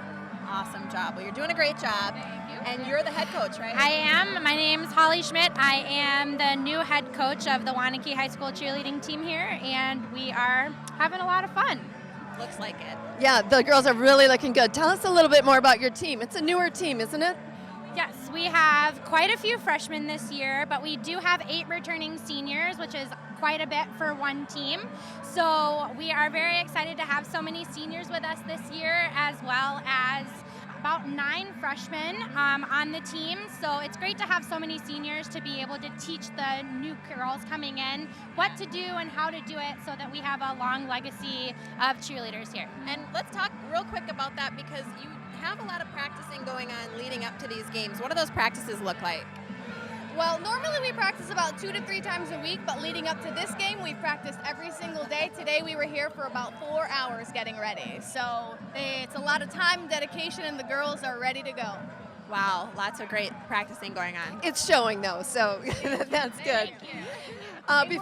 Before we head out, a shout out for a special night. You have a special event tonight? It is. It's Parents' Night. Yep. So we want to thank all the parents for being out tonight, and yeah. Parents, football players, the managers, the cheerleaders, everybody. We're super appreciative. Takes the parents to make it happen. Well, you guys are doing a great job. Thanks for joining us right now.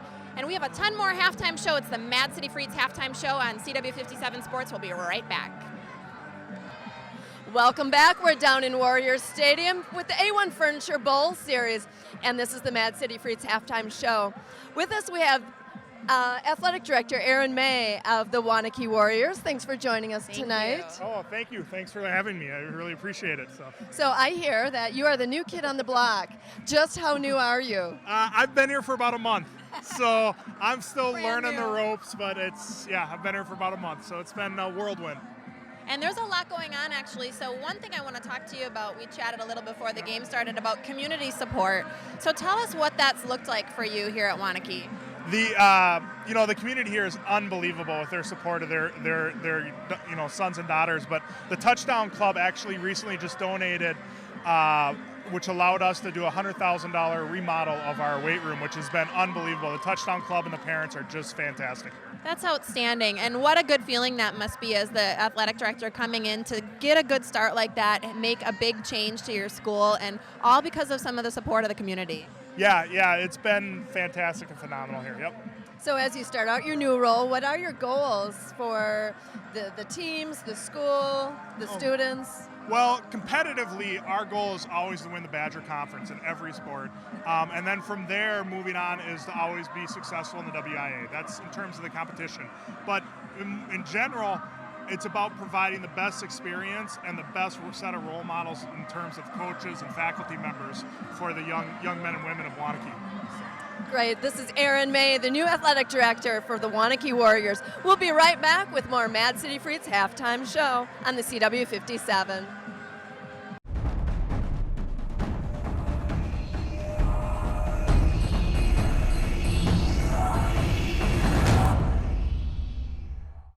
All right, folks, welcome back to the Kickoff Bowl here. We are doing the Mad City Freaks halftime show. What a halftime show it's been so far. Lots of fun. We caught up with Principal Brian Kirsten here at the Waunakee Warriors sidelines, and we're excited to talk to you. We just talked to the new athletic director, so tell me about that. He's brand new, isn't he? He is brand new. His name is Mr. May, which you may already know from the interview that you conducted with him. Very excited to have Aaron here with us, coming down after a 4-year stint at Sheboygan Falls as their activities director and assistant principal. So again, I think he's off to a great start, getting to know the kids, getting to know the community, and really looking forward to having him here with us for a long time. We got him on TV right out of the gate, so not too bad. And he's very photogenic, isn't he? Absolutely, he did great. Not only is he off to a good start, but it looks like the students are too. They have been full of pep tonight, and they haven't even started school yet. When does school start? School will start for us on September 1st on Tuesday. We'll have the freshmen in for a freshman-only first day, also the seniors in to share a little bit of information with them as well on college admission. But we have great students. It's one of the great joys that I have, being able to be principal here, is being able to interact with them every day and already before the school year starts. So much fun. And speaking of school, we got to talk to you a little bit about academics. We're out here having fun, but I want to ask you about academic scores. We got to catch up with you a little for basketball. Give us an update. Well, the academic scores we did receive the other day, they are embargoed though until the 26th, but I am pleased that our last year's graduating seniors did another great job. I'm again very just happy with the academic performance that they demonstrated on that test. Football's important, but it all comes down to those scores, doesn't it? It is all about the academics. We share that with the kids all the time. We're an academic institution, and then our goal is to have great co-curricular programs in all areas: athletics, music, drama, the arts. Yep.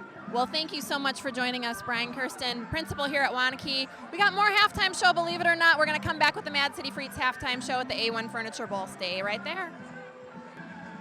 Welcome back to the A1 Furniture Kickoff Bowl. We're here in Waunakee at the Mad City Freaks halftime show. We have had tons of fun already, but now look who we're joined with. We've got two seniors here who are dressed up with school spirit.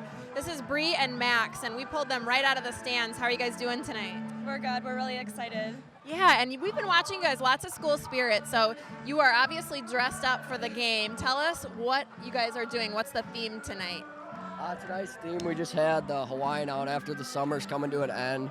We just wanted to keep the spirits in good terms. I mean, it's going to be one of the last nights with some good weather, so we're out here just having a good time, cheering on the team. I wish you didn't remind us of that. It is one of the last. It's going to get cold, gosh darn. But you guys look great and enjoying the weather and having some fun up there. Right, you look great, you sound great. You're obviously helping the team because they're doing well too. So how do you folks come up with your themes every game? So the senior girls get together and we all talk about what could possibly be in the future. And for example, on 9/11, we're doing a USA Out to support the men and women who have passed away on that day. And in October, we're doing a pink out for breast cancer. Wow, good for you guys. Well, we're watching the game, but secretly, Janet and I have been peeking up at some of the fun you guys have been having. Janet's favorite is the flamingo. I love the flamingo. I'm a little bit partial to the parrot. So you guys are obviously having fun. Good for you.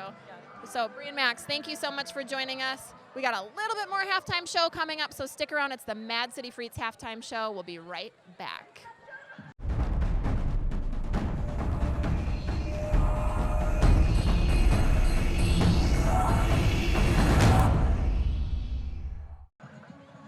All right, we got to catch up with those cheer coaches a little bit earlier. Now we're going to do a little performance for you. We're back here on the sidelines. Not us. No, Janet. Maybe later we'll get Janet to do something. But we got the folks over here, the big cheerleading team, and they have a little performance they're going to do. It's the last little bit of the Mad City Freets halftime show. Here they go.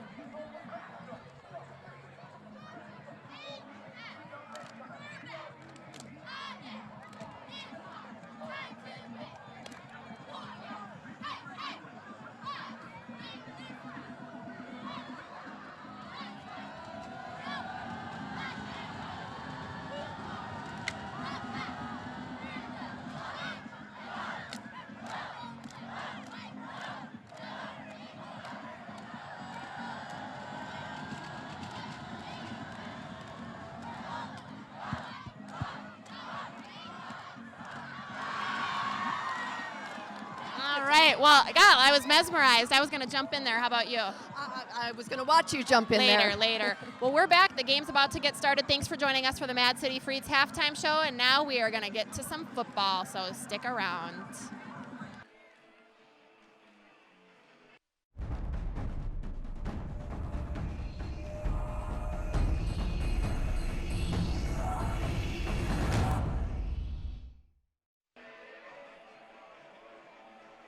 Hello and welcome back to the A1 Furniture Bowl Series. It is the Kickoff Bowl with Waunakee besting Edgewood right now at the half, 14-3. Ryan Ashker along with Eric Rogers. And at the break, we had an opportunity there to sample some of the great food provided for us here today. We want to thank our friends at Pizza Hut of Waunakee. Pizza Hut at 324th North Century Ave in Waunakee. Pizza Hut, gather around the good stuff. Also, Eric, I know you had some of that Blown Smoke Barbecue. Blown Smoke Barbecue, 1336 Montandon Avenue in Waunakee, where the sauce is always on the side. Taking good care of us here today in Waunakee tonight, Eric. I like it a little bit smoky. I like a little bit of spice to it, and it hit the spot. So we're seeing a very competitive game, more so than I thought coming into it.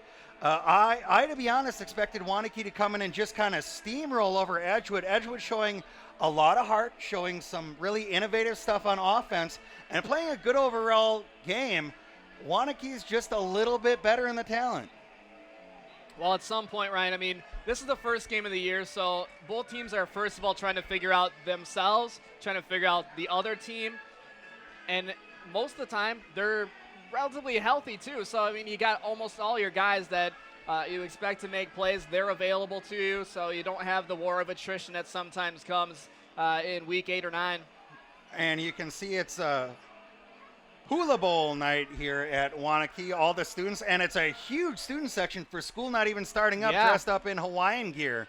Yeah, school spirit alive and well here in Waunakee. It's also Parents' Night. It's also the Kickoff Bowl for us, so it's a big night here. Very exciting night. Also, this is the end of the Mad City Freets halftime show. Had the opportunity actually to speak with Ron Dane at halftime. He's up here in the broadcast booth with us. Got a chance to hang out and talk a little bit. You may have had a chance to see the sports news. I had the opportunity to interview Ron Dane at the Brett Favre Legends game a couple weeks ago. Ron is a great guy. He remembered me. Nice chance to talk to him and congratulate him on his son playing so well here tonight. Yeah, if anybody was at Camp Randall for that Brett Favre Legends flag football game, it was the best, worst football you've ever watched. I agree. Some grown men, sometimes they forget that you don't tackle, but, it's all in the name of good fun. And you and I both had the opportunity to hang out on the sideline for that game. A great opportunity to watch that. I had good friends of mine, and I know yours as well, Antonio Freeman and Jason Suttle, playing on opposite sides. Oh, yeah. They told me the adult beverages were flowing in the locker room before that game. That could have attributed yeah, to and that. the key word is before. Before. They definitely said before we will have some beers. Well, oddly enough, Donovan McNabb was there, but I don't know. I'm just going to leave it right Hey, there. we'll leave just it leave right that there. one alone here. Well, one thing we do know is those were not flowing here at halftime. The Mad City Freaks halftime in the kickoff bowl. It's the A1 Furniture Bowl series. A lot of water and Gatorade. Pat Rice sure to get his team amped up for the second half. It's going to be an exciting second half here. We'll see if Edgewood can pull back into this game, give Waunakee a run for their money. A beautiful night for week 1 of high school football. The first of 9 weeks, 18 different schools, an exciting A1 Furniture Bowl series here on CW57. You can watch games every Saturday and Sunday. Eric Rogers and myself, Ryan Ashker, will be taking you through all the action all season long here with CW57 Sports. The Green Bay Packers reopened their team Hall of Fame today, and I like to think they did it because high school football was starting back up. They knew we were covering this Edgewood and Waunakee game, and I know they're huge fans of the CW, so they had to do it. It just made sense. It did just make sense, and they are big fans of CW. They partnered with us on the Bowl Series last year. Big announcements in Green Bay on Titletown today, so we're very excited about that. And we're ready to get the second half underway. Edgewood going to be kicking off to Waunakee. Edgewood kicking off from left to right. Here is the kick. A good kick down to about the 20-yard line. That's going to hop out of bounds and bring it out to the 35-yard line where Waunakee will start the second half. That is an O'Reilly Auto Parts penalty flag. A big thank you to O'Reilly's Auto Parts and their commitment to support local high school athletics. Better parts, better prices, O'Reilly's. It's a lot of patience to be one of those kick returners, to not pick that ball up when sometimes the coverage is the only playing time you get, and to let it go out of bounds. It's a big part of helping your team out, the better of the team, and you play for the name on the front, not the back. Yeah, you know what? That's a great view on that too, and that's, especially at these two schools, something those coaches preach day in and day out. And for Edgewood, by the way, they just completed the turf portion of their new facility. They're getting some new practice facilities. It's like $1.5 million practice facility. So they broke ground in June, and they just completed the turf. They're just working on the track now. So that's a big news for Edgewood. Wow, that is impressive. Yeah. I played my high school games, I think it was on a concrete parking lot. Just the worst playing surface I've ever and I'll had a say part this, of. Edgewood, they did need a new track. I mean, I ran there in high school on their track, and it's one of those tracks that's a little bit got a bump in it or a ridge. Mhm. So, I mean, you fix it up, you get $1 million donation from the Wow. Goodman Foundation. So, congratulations to them. Oh, well, I guess Waunakee is going to take the re-kick option on the opening kickoff of the second half. So we'll retry it with Edgewood kicking off from their 35, once again from left to right as we get the second half underway. It's the Kickoff Bowl, part of the A1 Furniture Bowl series here on CW57 Sports. And here we go. A different kick, maybe an onside kick attempt, a very poor one if that's what it was, but Waunakee is going to fall on that. That is Scott Browson, the senior, falling on that. You think that was an onside kick attempt? I think he was just trying to squib that one and keep it away from the dangerous return men, and obviously try to keep that from going out of bounds, which if they had kept rolling it, it might have gone out again. I am surprised that Waunakee would take the option to re-kick. So am I, and it came out to just about the exact, actually a little bit worse for them now as they'll be starting on the 25. Casey Marksberry bringing his offense back out onto the field. Marksberry lined up in the shotgun, running back off to his right side. And there's the 4-4 defense from Edgewood. Edgewood bring pressure up the middle. Ooh, a big breakout run up the middle. That is Sam Musso. who's having an impressive game so far, picking up 11 yards on the carry. And that will be a courtesy Ford first down for Wanakee. How about that offensive line? You have the tight end, Cody Link, an all-conference tight end. You get those guys picking up double pressure. Musso again right up the middle. This time not as much luck. He's going to be stopped for no gain. As you saw there on the KJ replay, Edgewood brought a lot of pressure right up the middle, and somehow Musso able to wiggle his way through that. He's been a very impressive running back tonight, and he's got to be one of the leaders in the clubhouse for that Kelly Stelzer MVP award this evening. Yeah, that's just offensive line dominance. Marksberry once again back in shotgun. Ball goes back to Musso. Musso spins out now, runs back to the right side. He's going to be stopped again at the line of scrimmage. Good job by that Edgewood defense getting some movement. Now you're starting to see some life on that Edgewood sidelines in the fan section. Yeah, well, we talk about the offensive lines, and Wanakee, they return they lose 6 offensive, 3 defensive all-conference players, but return a total of 9. So, you return as many as you leave, as many as you lose. So it's good depth for Wanakee. Here is Marksberry back running around, scrambling. A great spin move up there on the 45-yard line. Fights his way up to the 50. Faked the handoff, drop back like it was going to be a pass. And just looking like high school Johnny Manziel out there picking up another courtesy Ford first down. You'll see this here on the KJ replay, Eric. Also notice no money sign at the end of that one. But, man, that is a play that you go, please don't do this. And look at the effort, just proving me wrong. That's a playmaker making a play. Once again here, Wanakee going to power it up the middle, picking up about 8 yards right off that fantastic run. That was Musso there. Marksberry just, again, that spin move was vicious, breaking out of 2 tackles and earning himself that first down. Now Wanakee looking at about a 2nd and 3 there on the Edgewood side of the field. And these guys don't know they're playing for an MVP award from us, by the way. They don't. Marksberry back. He's going to hand it back off to Musso. Musso powers it up the middle, and he's going to break that 40-yard barrier, and I believe that'll be another courtesy Ford first down, and indeed it is for Wanakee, just coming out in the second half and rolling. I don't know how much of this has to do with coming out of the second half and just being a little bit tired from the first, but the offensive line for Wanakee really overpowering the D-line of Edgewood, and it just becomes a wear-down type of game, and you're going to see some breakout plays. Marksberry in the shotgun. Musso lined up to his right. Hands it off to Musso. Musso towards the left side of the center, going to power it right up the middle again, and I believe yet again another courtesy Ford. First down for Wanakee, and now's a better time than any. Courtesy Ford, your new truck destination, brand new dealership in Sauk City. Musso continues to roll. Marksberry again in the shotgun. Musso lined up to his right. Here is the snap. Marksberry off to Musso. Musso cuts his way left of center, cuts it back up the middle, picks up about 7 yards on the play. Musso now going to finally get a breather, and that is going to bring in bigger number 31, L.O. Johnson. And Johnson's been an impressive runner so far, Eric. This is what we were talking about. You just got to go in the fast-paced offense here, keep the defense on its toes, and just keep pounding it until they can prove they can stop it. Johnson now takes the handoff for Marksberry, coming up the left side, cuts it back up across the middle. Going to lead to another courtesy Ford first down. Wanakee now in the red zone. And kind of a thunder and lightning package here for the Warriors. Yeah, you got the two-headed monster, and that's generally what you want to do, but really it could be 3 or 4 if you're Wanakee, if you really want to get into the depth of that team. Marksberry and shotgun. L.O. Johnson lined up to the right. Marksberry to Johnson. Johnson right up the gut. Powers it inside the 10-yard line. Down to about the 8.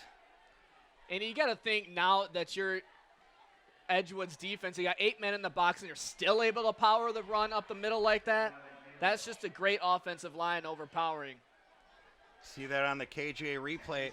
Wanakee not having to air the ball out. They just continue to pound it right up the middle with a combination of Casey Marksberry, Sam Musso, and L.O. Johnson. Well, why not? Johnson still in the game. Marksberry lined up in shotgun. Hand off to L.O. Johnson, lowers the shoulder, and bum rushes down to the 6. And just keep doing the same thing. You got 8 men in the box again, but they finally off to the strong side there, and it's Yeah, it picks up a couple yards, but you start getting into the teeth of that defense. It gets tougher as you get to the goal line. Much harder to score once you get into the red zone here. We'll see what Wanakee can do. Another handoff there to Elo Johnson, and he walks in untouched right through the center of that Edgewood defense. That is a J&K Security Solutions touchdown. Home theater, home security, now home automation. J&K Security Solutions, integrate your world. Same play they've been running the entire series with Sam Musso and Elo Johnson. That time the whole center opened up. Elo Johnson walks in untouched for Wanakee. You can't draw it up any better than that. That's exactly what you want to do. You control your gaps. The defense getting pushed out of the way. Results in 6. Max Allen now to attempt the extra point. Snap good, hold good, kick is up. And that's the extra point. That'll make it 21-3 after an impressive drive from Wanakee. You're watching the Kickoff Bowl, part of the A1 Furniture Bowl series on CW57 Sports.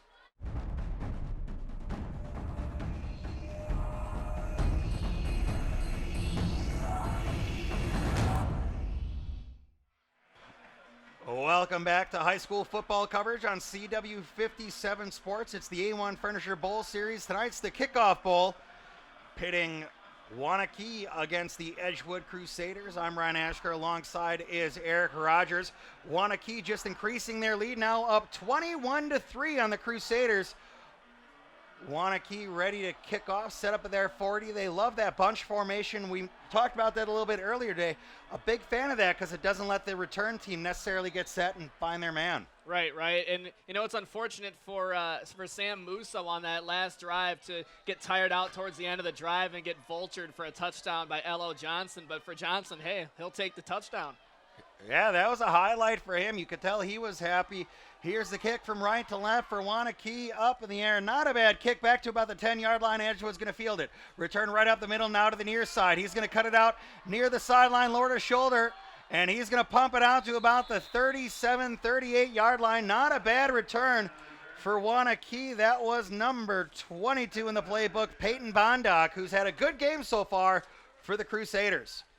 Yeah, Peyton Bondock doing a good job there, moving the ball up the field. He had 27 carries for 73 yards last year, so he was third in their depth chart last year, but he's moving on up to second string and making his impact felt in the return game.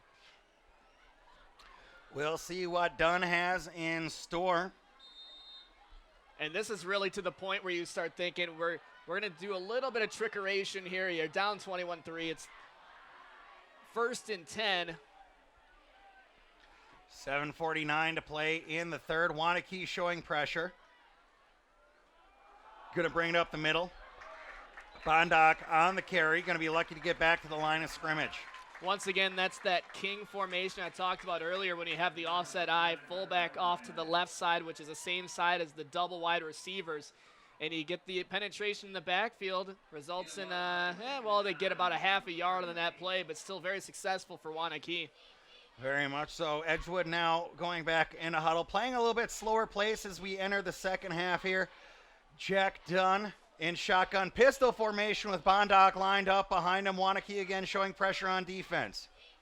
Here is the snap. Ooh. Fake to Bondock. Dunn's going to drop it out to the left side, turn it up, and he's going to power ahead. That's going to be a courtesy Ford first down.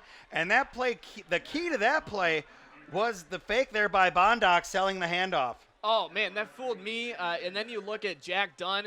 He doesn't look like a runner initially, but he takes off on this one. Burns, number 69, who got bit on that play. And, man, Jack Dunn proving he's got the legs and the arm. That's true. Dunn really doesn't look like a runner. He's a small guy listed at 5'9", 175, and I think that's probably generous the way he stands and looks on the field. Well, and that's 10 pounds more than he was listed at last year. But these guys, you know, they pack on the pounds. He got the flak jacket, look a little bigger. Dunn now back in shotgun, running back lined up on each side. Wanakee dropping back on the pressure. Pass now back to Dunn. Handoff up the middle. There is a flag on the play. The run gained 4. That was Bondock on the carry, but we do have an O'Reilly Auto Parts penalty flag on the field. Yeah, the defensive back, Isaac Verabrook, knew that was going to be a run, but you see he didn't crash over to the weak side where the ball was coming from. And despite the yardage. It will go backwards for Edgewood. Want to thank Kirsten Goggins for all our replays tonight. The KJ Replay. Kirsten is Dane County's premier realtor. If you are buying or selling, visit kjsellsmadison.com. And don't forget, you tune in next week. We're going to be in Janesville to Monterey Stadium, Janesville Parker, Janesville Craig, the Janesville Bowl. Oddly enough, I don't know why we called it that. It makes sense to me. Dunn now in shotgun, takes the pass, gets walloped in the backfield, and he's just going to toss that one out of bounds. And that's the situation. You start getting pounded into the ground like that. You start getting RG3'd. Hopefully we don't get any injuries, concussion type symptoms, but actually, those in high school football over the last 3 years, there was a study by the University of Wisconsin. The percentage is down from 9.1 to 7, so the concussions are going down in high school football, which is a great sign. These coaches doing a fantastic job of teaching the right techniques to tackle now, a lot different than, obviously when you and I played even. Dunn now takes it. He's going to pitch it off to Bondoc. Bondoc near side. Going to break a tackle, run it up the side, still on his feet. Bondoc moving his legs, crosses the 40-yard line. What a run there by Bondoc. Check that one out on the KJ replay. That's going to be the hardest 8 yards that guy ever picks up in his life. He broke about 8 tackles to get that. And, man, just shedding off the blockers and a little juke step. Oh, man. You wish you have a guy like this and to be able to hold on and not get stripped. Bondoc doing a great job holding onto the ball there, as Eric pointed to. You got to give Dunn credit, the quarterback there, with holding the ball to the last second, getting rid of it, and that's what allows Bondoc to kind of take off on runs like that. We see why he's an all-conference quarterback. Wishbone lined up behind Dunn. That's going to be movement by the offensive line. That's going to be the you see a left little tackle shoving moving. Afterwards, but it's a good job by Wanakee to hold their own guy back in retaliation, because that's generally where you get flagged. Thomas Thalen there looked to be the one that moved. And I know this is early in the season, but both these teams with their fair share of penalties tonight. Yeah, and a lot of them are those mental mistakes, too, that they try so hard to get rid of. With that false start, it is another O'Reilly's Auto Parts penalty flag. O'Reilly joining us on the A1 Furniture Bowl Series this season.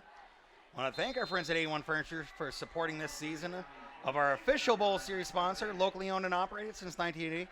Find them on the West Beltline Highway or South Stoughton Road. A1 Furniture. Wishbone lined up once again behind Dunn. Timeout is called.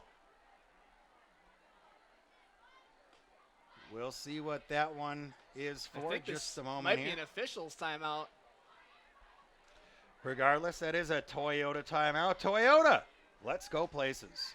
We had Wanakee's athletic director, or the activities director, on a little bit at halftime. They have a very diverse, group of options for clubs. In 2009, they added a gaming club run by the school computer science teacher. And really? 2011, they added a science Olympiad team. Why did I not go to Wanakee? My school had nothing. My school added a news broadcast group, I guess, after I graduated, and oddly enough, now I'm doing the same type of thing. And did they name it after you at least? You should have been the inspiration behind that. The Eric Rogers they journalism just stole department. it. They stole my namesake, and I'm taking him to court, but that's pending. I can't really talk about that. Can't talk about current legal actions. Regardless, we have Edgewood now facing about a 4th and 8. Dunn lined up. You have the big running back, Fred Richards, lined up behind him. Dunn looking to pass, launches one up the middle, too far for the receiver. That was intended for big number 44, Zach Wallen. Dunn taking another hard hit on that pass attempt. That'll be a turnover, and that'll be Wanakee ball. It was one of the rare instances we saw motion on either team on offense, and you realize that the defense is in a zone coverage. You lob that thing up there in between both the defensive backs, but still over the head of any of the players. But guess you'd rather have it go into the dirt than into the hands of the DBs. Yeah, correct. If you want to throw, you're going to throw it only to where your guy can get it. Wanakee once again taking the field on offense, led by Casey Marksberry. So Marksberry, we haven't really got a chance to see him on the defensive side, but that's something, Coach Rice said he's ready to do when he's needed. So we'll see if that happens later in the season. L.O. Johnson lined up to the right of Marksberry. Oh, no, that's one of those situations you fall down and it's a false start. Oh, you don't see that too often, but you got to commit to it, You do got to commit to that. Although Actually, I wonder that if might be a now- cramp, it looks like. That's probably a cramp there. They're still going to get the penalty, but that is number 59, Nathan Snap, going down as he got into his stance. Hopefully okay. Hopefully that's just a little Charlie horse or something like that. Regardless, it is a Toyota timeout. We'll be right back with the Kickoff Bowl, part of the A1 Furniture Bowl Series on CW57 Sports.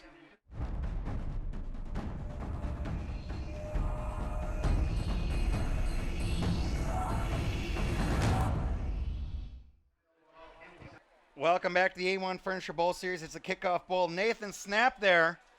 Looked like a little bit of fatigue, might add a bit of a Charlie horse. These early games is a little bit warmer out. Got to stay hydrated, but he did walk off after his own power. Here's the handoff now for Wanakee. That goes to L.O. Johnson up the middle. Gain of about 5 on the play.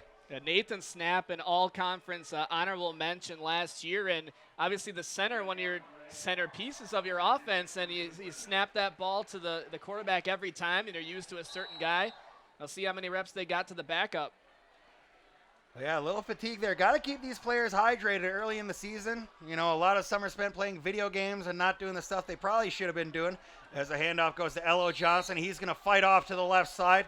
Stays on his feet, but is pushed out of bounds by Bryce Ternis. Hey, eat whatever you want, play whatever you want in the offseason, as long as you're not going to pull Tom Crabtree and go, I'm going to just drink Red Bull and eat Doritos.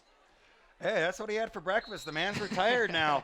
If you didn't get a chance to see that on Twitter, former Packer Tom Crabtree having a little bit of fun when asked if he's going to come out of retirement. Handoff once again to L.O. Johnson. Johnson bounces off to the right, back to the left, and he's going to fight his way for a first down. That is a courtesy Ford first down, as you're starting to see L.O. Johnson now take some of the moves from Sam Musso here in the second half. Yeah, I think he's trying to steal that MVP award, bouncing off defenders, and we had Sam Musso kind of pegged for that initially, but, man, showing some strength. Marksberry fakes the handoff. He's going to roll off and drop the pass out now. Boom, Lord, by number 34 for Wanakee. That is Jacob Royston. Yeah, the all-conference fullback. He had 12 receptions for 74 yards and a touchdown last year. Another courtesy Ford first down. Royston there catches the pass from Marksberry, runs it around the right side, lowers the shoulder, and bangs his way ahead for that first down. Same lineup here. Marksberry, L.O. Johnson lined up to the right side. Hand off to Johnson. Fights his way up the middle. Goes to the right. Turns it up, and L.O. is going to pick up about 4. Yeah, we're down under the 4-minute mark here into the third quarter. 21-3, Wanakee over Edgewood. And you got to think, Wanakee's obviously going to want to pour it on and run the ball, run as much clock as they can. But if they score here, it's going to start getting dire situation for Edgewood. Yeah, that's when you're going to see Edgewood start throwing it. Marksberry now rolls out to the left, tosses one up to a wide open receiver. That is number 8, Hunter Shep. And the flag afterwards. We had a little extracurricular activity. That flag is going to be on Edgewood. Back to the play. Hunter Shep was left wide open at about the 5-yard line. Pulled in that touchdown. It was actually Kyle Jensen's second TD of the night. Kyle Jensen, number 6, wide open there. I apologize for that. Well, now Jensen making his case for player of the game. We are expecting an unsportsmanlike conduct here. It's just all a matter of what team that goes against. Well, you would think that would be against Madison Edgewood. He had Jack McNeil, the tight end, defensive end, retaliating. And usually it's the guy who retaliates who gets picked up. Actually offsetting penalties on that. The result of the play is a touchdown. So lame. I hate offsetting penalties. Well, especially in that situation because it doesn't deter any team. You got to give that to the guy that starts it. Well, and if you don't catch it, you just see two guys scrapping. You know what? That's all it is. I agree with you on that. You can't make that call, especially in high school football when you're teaching these young athletes the right way to play the game. Max Allen on for the extra point. And Eric, you were right. That was Kyle Jensen left wide open to score that touchdown for Wanakee. Here's the snap. The kick goes up. And it is good. That will make the score 28-3 in favor of Wanakee. Kyle Jensen, 2 touchdown receptions on the night. You're watching the Kickoff Bowl, part of the A1 Furniture Bowl series right here on CW57 Sports. We have a Toyota timeout, and we'll be right back.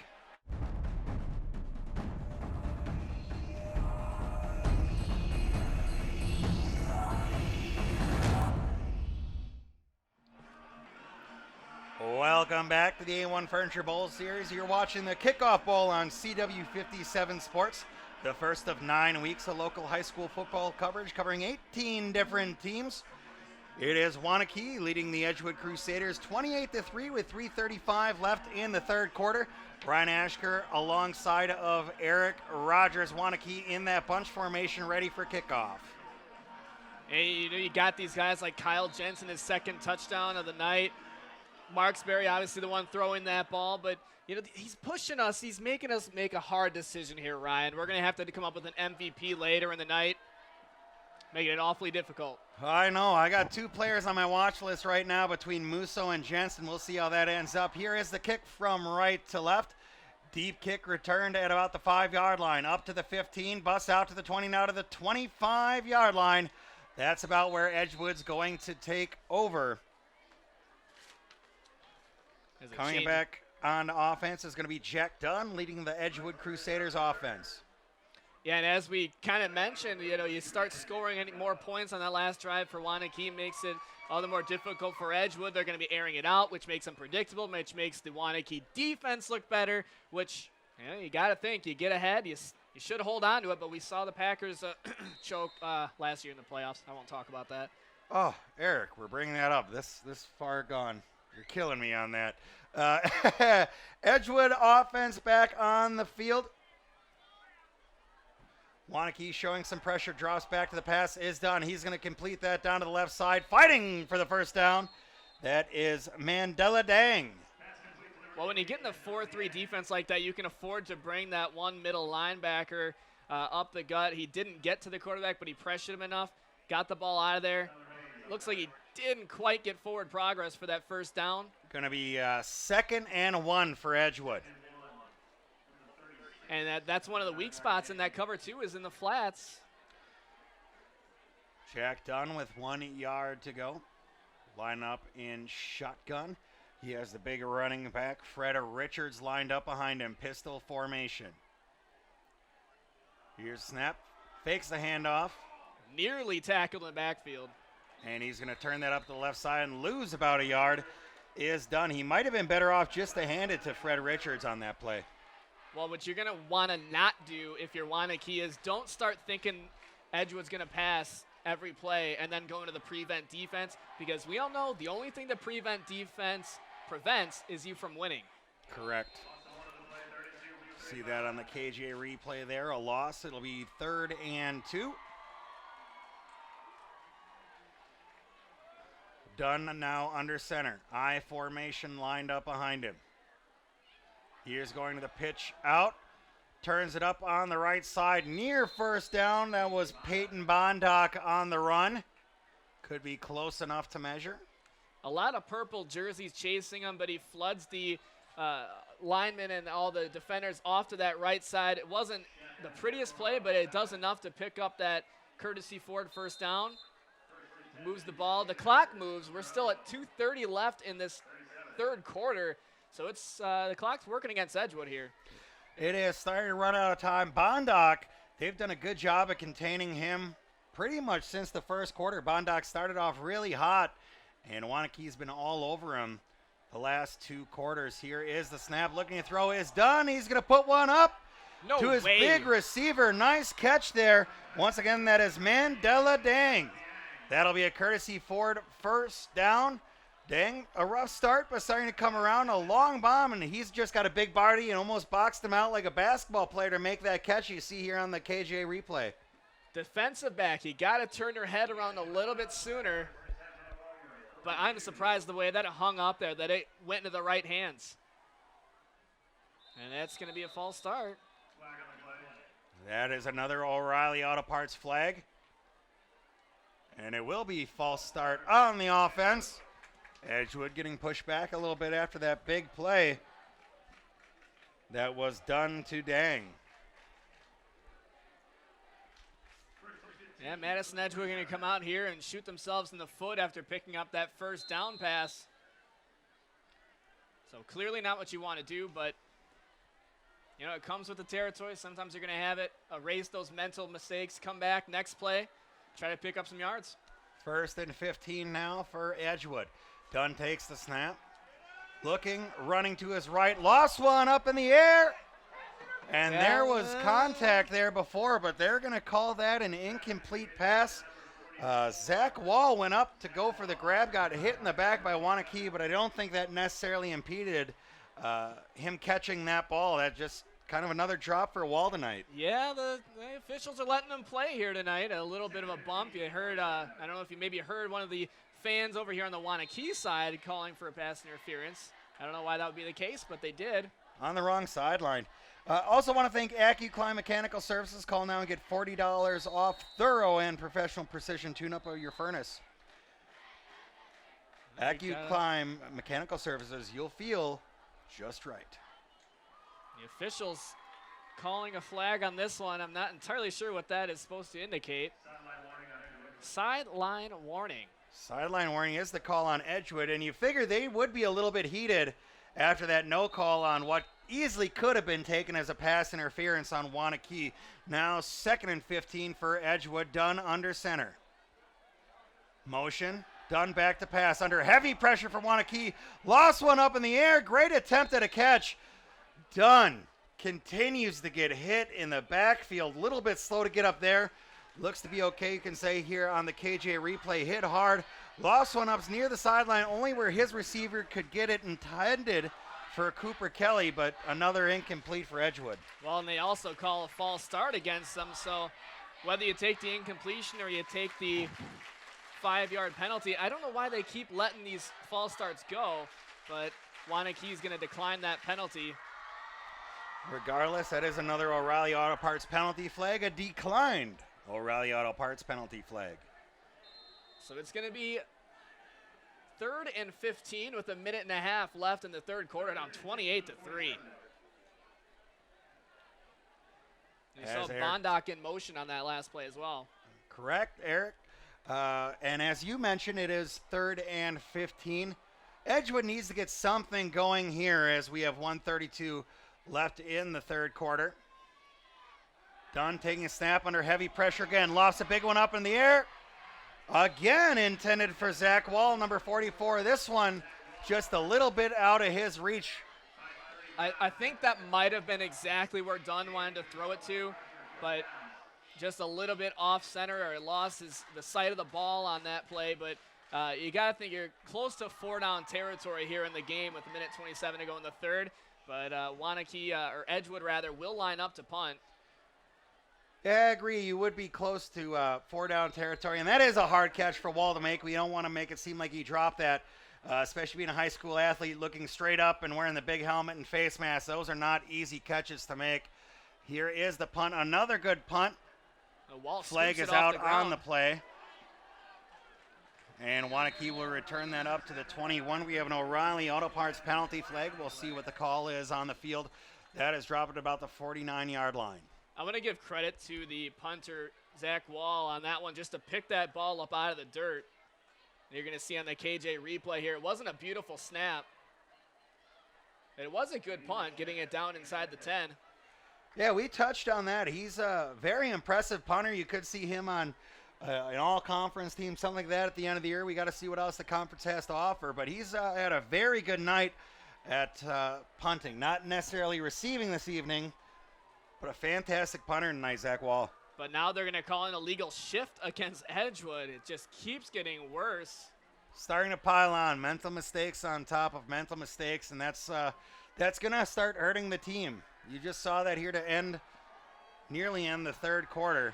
Well, Coach Minnert's going to talk to his guys after the quarter ends and be like, look, we got to clean this up. We got to start playing to our strengths. We had Wanakee in a good position in the first quarter. Let's try that again. Here's a snap, a better snap. Near block. Wall, another impressive punt. Edgewood's going to get down and get that at about the 5-yard line. Zach Wall, amazing punt for him. He's having a good night back there.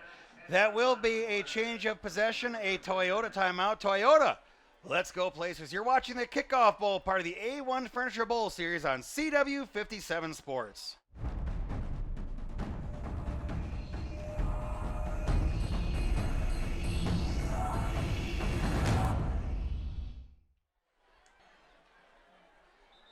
Welcome to the A1 Furniture Bowl Series, and we have another problem with Waunakee number 59, Nathan Snap, as he goes down on the field again. Yep. Looks like he's just starting to cramp. Yeah, it's the same part of his leg.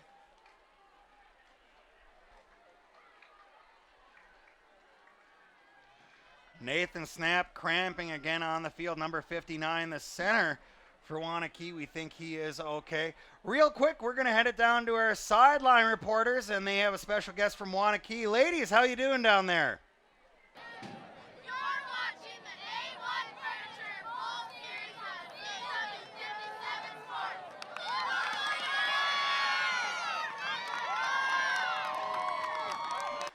57 Sports. Want to thank our Waunakee cheerleaders for the nice hello down there.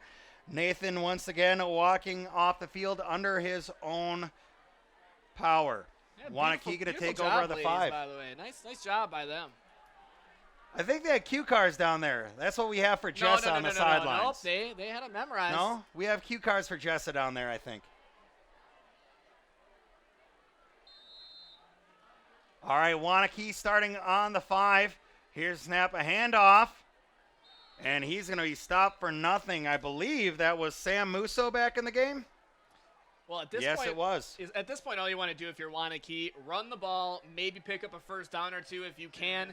Don't worry about how much time you're taking up. Then you can punt the ball away. Just get in a good position where you can, obviously back up Edgewood. Correct. Most importantly, hold on to the ball. That's probably why Musso's still in there running it. Marksberry has an option. Going to be an end around the far side. Come to the left, turn it up the field. He looked like he maybe even wanted to throw it on that one, but you saw send a man in motion, and we haven't seen any man coverage so far from either of these teams. Kyle Jensen on that end around, and he's going to hit the field. Kyle Jensen now starting to cramp up. And you and I talked about it a little bit. Despite it being a little bit cooler than what we're used to, nice football weather, this is still a lot of running around. The first game of the season for these kids. You know, you want to play in cold weather. You got to stay hydrated. Yeah. Drink a lot of water, Gatorade, whatever you may have, just to keep those muscles loose and replace all the electrolytes you're losing, especially on week 1, where you're all pent up and got the energy flowing and probably sweating a bit more than usual. Well, and look who that was that came out of the game. That's Kyle Jensen, the receiver slash running back. But not a good sign to see him go out, but he did come out quickly and under his own power. That will bring up 3rd and 6 for Waunakee. 25 seconds left in the third quarter. And it didn't take long for another stoppage. That is a Toyota timeout. Believe that is an official's timeout. But I think they're just getting it reset here, Ryan. It looks like they're going to get back into the offensive set. Believe you're right. Casey Marksberry again lined up in the shotgun. Musso lined up to his right.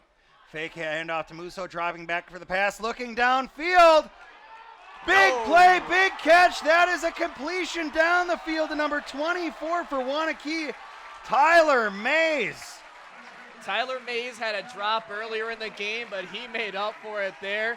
The 6'2", 175 defensive back turned wide receiver on that play. Turn on the KJ replay here. You see the ball out of the screen.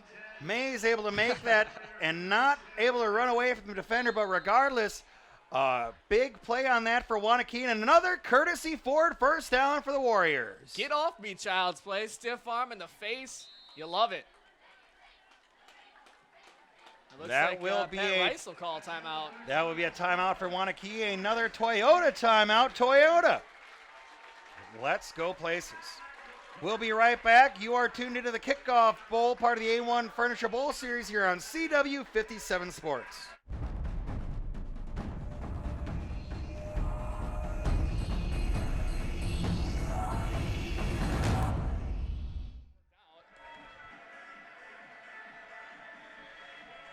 Back at the A1 Furniture Bowl Series is a kickoff bowl. Wanakee leading Edgewood 28-3. And I want to spend a special shout out to a member of the Wanakee team on the sideline. He is the special assistant, a senior, Christian Sylvester. He's out there getting the crowd pumped up, getting everyone going. And he's might not be able to play on the field with the boys, but you got to bet he's every part of their team as everyone else. Christian Sylvester out there having a blast, wearing number 99 for the Wanakee Warriors, getting the crowd into it here tonight in Wanakee. Hey, some teams have Red Lightning. Some people have Sylvester. That's Wanakee for you. That's Wanakee. Here it is, dropping back in the pass. Now he's going to turn it up and run up the sideline. Smartly runs out of bounds. That is Casey Marksberry picking up a couple yards for the Warriors. And we are into the fourth quarter here. We just started. It is a 28-3 lead. Impressive display here in the second half by Wanakee. Edgewood just not able to get anything really going and clicking. Well, a lot of this has to do with all the returning linebackers and defensive linemen. Marksberry hands it off to Musso. Musso charges up the middle once again off the left side. That is a courtesy Ford first down for Wanakee. Well, we'll see if they keep going with the quick formation. It looked like they are going to go once again and see if they finally get L.O. Johnson in there again. Marksberry hands it back up to Musso. Musso breaks tackle, line of scrimmage, takes over the right side. That's going to be a touchdown, Wanakee. J&K Security Solutions touchdown, home theater, home security, now home automation. J&J Security Solutions, integrate your world. And that is Sam Musso in for the touchdown tonight for Wanakee. And you know what? Spreading the wealth around. A couple touchdowns for Jensen, a couple for Musso. L.O. Johnson got one. So who do you pick? I mean, you could really choose any of these guys if you want an MVP. Might be flipping a coin here at the end of the game. You have Max Allen coming in to attempt the extra point. Here is the kick. That is up and good. That is a Toyota timeout on the touchdown. We'll be back with the A1 Furniture Bowl Series on CW 57.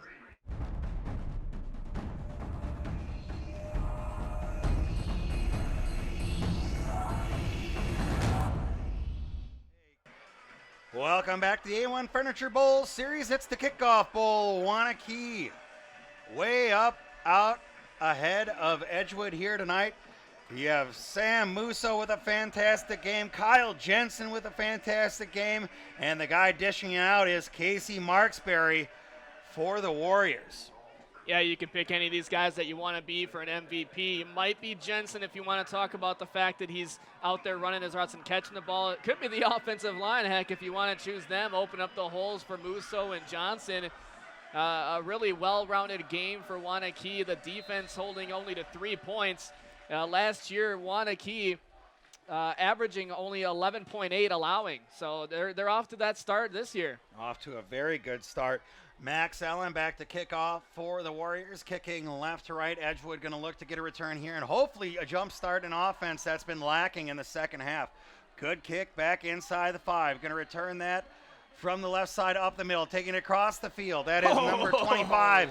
A big hit, but a decent return there from Edwin Henderson for Edgewood. He's taken down viciously at about the 15. Well, you see number 10 running around there. That's Isaac Verabrook for Wanakee taking his helmet off as he's coming off the field. In the NFL, that's a penalty, just saying. It's none of my business. He ain't there yet. Yeah, big play that was delivered there by number 17 for Wanakee. That was Scott Browson. Nice hit there on special teams. Yeah, I mean, these guys just showing their veracity here. No matter where they are, I mean, special teams, you know, give me the Dunn big back play. to pass, gonna put a big one up. He was looking for his tall receiver, Mandela Dang, who's listed at 6'4", 185. Couple big catches here tonight, not able to haul in that guy. Yeah, dang, he was in position to make that, just a little too tall for him. But you got to get the offense going, and obviously Wanakee knows they're going to go and drop back into coverage, and your job just to keep the ball in front of you. Yeah, doing a good job of that, as you touched on. Wanakee only giving up 3 points so far in the game.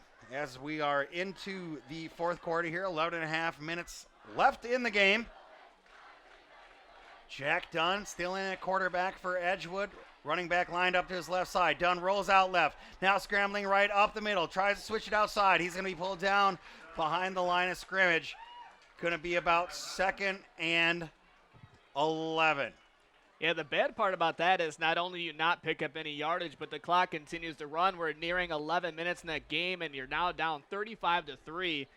Something's got to happen here. You don't want to get too predictable, but you take what you get on a play.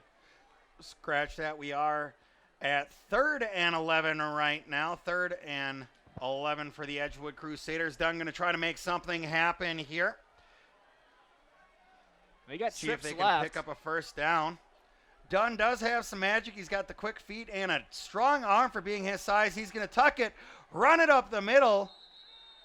I don't think that's going to be close to a first down. Might be just a bit short. They're marking about a yard short.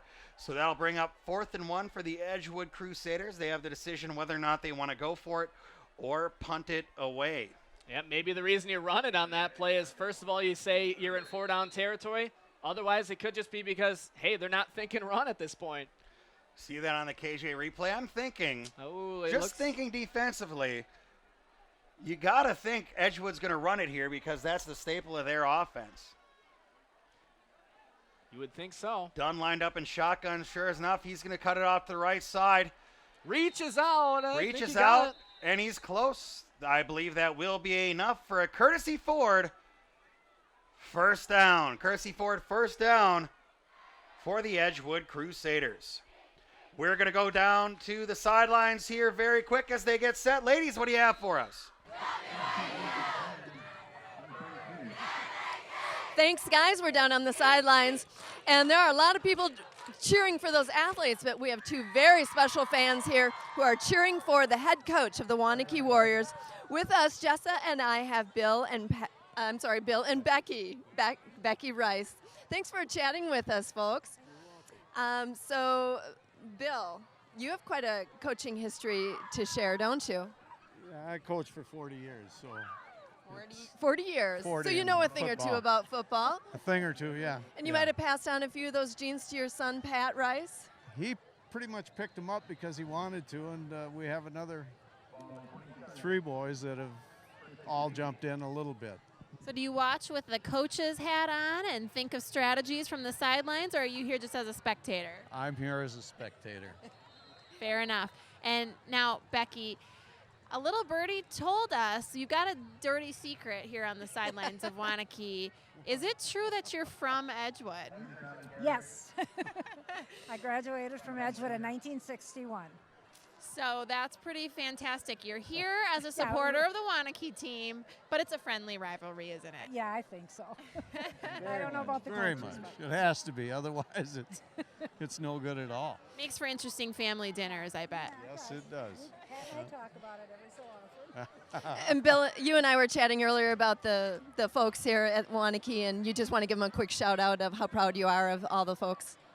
I've known this staff since they started, and they have built and built and built, and they have the best program, as far as I'm concerned, in the state. It's showing on the They're scoreboard, excellent too. coaches. They work hard. Yeah, we can't call you a liar tonight because, boy, oh boy, the numbers talk, don't they? Well, thanks for chatting with us a little bit, and we've enjoyed being out here, and we're going to get back and catch the rest of this football game, so keep watching. Thank you. Welcome back. It is 3rd down and about 20 for the Edgewood Crusaders, down 35-3. An unfortunate series for Edgewood, getting torn down in the backfield. Jack Dunn just getting abused tonight. Dunn going to fake the pitch, roll out, looking to pass, scrambling in the back, goes out to the right side, and he's going to get pushed out of bounds again. Going to lose some more yards. That'll bring up 4th and nearly 20 for the Crusaders. Well, and when you start getting into this point in the game, you know your coverage as a defense. You're getting that 4-3 defense, and what that call is going to be in the huddle is a 40 cover 5-2, which could mean you go to you're at the 4-man front. You could have a cover 2, you could have a cover 5 dropping guys in the zone coverage. So you got your options there. Kind of depends on what the receivers are set up as. But right now, you're just looking to prevent. You got 1 man deep, obviously on a punt, though. And here is that punt. Wanakee with another opportunity to score. Another booming punt for Edgewood. Going to pick it up at about the 45. Going to take it to the 48-yard line. And that's where they will take over. Well, we have the opportunity. Want to thank our friends at Mad City Frites. They sponsored our halftime show for the A1 Bowl Series. Visit them on State Street and experience the best fries in Madison. Wanakee will be taking back over on offense. 35-3, 7:42 left in the fourth quarter. And this is kind of about what we expected to have out of this game tonight, Eric. Well, it's not really, but you start thinking, if you're Pat Rice, you start thinking about putting some guys in there on defense that don't get all the playing time. And really, you don't get live reps unless you're in a situation like this. And being up 35-3, you can afford to give up a score if you need to, but they don't want to. They're going on offense. Backup quarterback is in the game for Wanakee. That is Nate Carter, number 15. And that handoff is going to go to Hunter Shep, number 8. So just as you said, Eric, some second-string players starting to get into the game here for the Warriors. Give some of the younger guys an opportunity to play. It just makes sense. I mean, that's what you do. Get them the live reps. Carter back in shotgun formation. He's going to hand it back off to Shep up the middle. Getting real chippy now on the field between a couple players of Wanakee and Edgewood. You saw there at the end. Into the game is Nate Carter. He is the sophomore. Tall kid, standing at 6'5", weighing in at 180. And that's one of the things, coming into the season, you knew Marksberry was going to play a little defensive back, but you didn't know if they were actually going to go full-time with him at quarterback, so you have Nate Carter in here. Carter launches one downfield, and that pass should have been completed. Yeah, that was the kind of touch pass you're looking for if you're Carter. Riley Freeman in position, but he's the defensive lineman, by the way, out there trying to make the catch. Yeah, Freeman playing a new position here as we're getting later in the game. He just kind of gave up on that route a bit too early. That was a really pretty pass for the sophomore Carter, though. Yeah, I mean, you get a young guy out there, tall, big, athletic, and maybe we'll see him run further down the line. Wanakee going to punt it back to Edgewood here. 6:39 left in the game. Here's a snap. Punt up in the air. One of the better punts for Wanakee tonight. Fair catch is called. That hits a Wanakee defender. And that should be a dead ball at the 21. We're going to go back down to the field. Ladies, what do you have for us now? All right, we're down here at the sidelines, and we're having some fun here. We've got the trophy with us, number 7 at the A1 Furniture High School Football Bowl Series. And thanks for joining us. Yeah, it's really great having you here. We want to know if it's tough for you to hold this pose all night long. It looks pretty difficult. What do you think? I think that was a yes. Well, it's got to be a yes. He's been holding this for many minutes, in fact. So I know you can't really say for sure, but you think you're leaning toward Wanakee as a winner tonight? Wanakee? Leaning. Oh, I think so, yeah. Well, you're good at keeping a secret. We appreciate your time here tonight. You excited to see the rest of the game? It is a tough one. All right, let's get back over there. Okay, welcome back to the game. Apparently, we went to interview a trophy for some reason. Edgewood's ball. Hey, you got to admit, if he said something, it would have been really interesting. It would have. 2nd and 10 here for the Edgewood offense. Dunn still in the game under center. He's going to pitch it out. Turns up on the right side. A nice, powerful run. Going to pick up about 9 yards. It looked like the safeties kind of thought that was going to be a passing play. But you draw just enough doubt in their mind, and they move the sticks on this one. That is a courtesy Ford first down. I believe that is Edwin Henderson fighting his way for a first down. Want to thank our friends at Blown Smoke Barbecue. where sauce is always on the side. 1336 Muttendon Avenue here in Waunakee, feeding us here tonight some great food. Edgewood now with 1st and 10. Dunn under center. He's going to snake the snap. Another pitch out. He now to the left side. He's going to be attacked by Waunakee defenders on the near side of the field, down at about the 30-yard line. That is Edwin Henderson, the junior for Edgewood. Well, just look at all the purple jerseys pursuing to the ball. The tight end trying to block him there had no chance. I think that was Fragnito, actually. And, man, it just overpowering on that play. Had that one drawn out from the start. Makes it 2nd and 11. Under 5 minutes to play here, Ryan. It's kind of going to have to go to Waunakee, you got to think. So we do have Dunn under center. Henderson still in the backfield.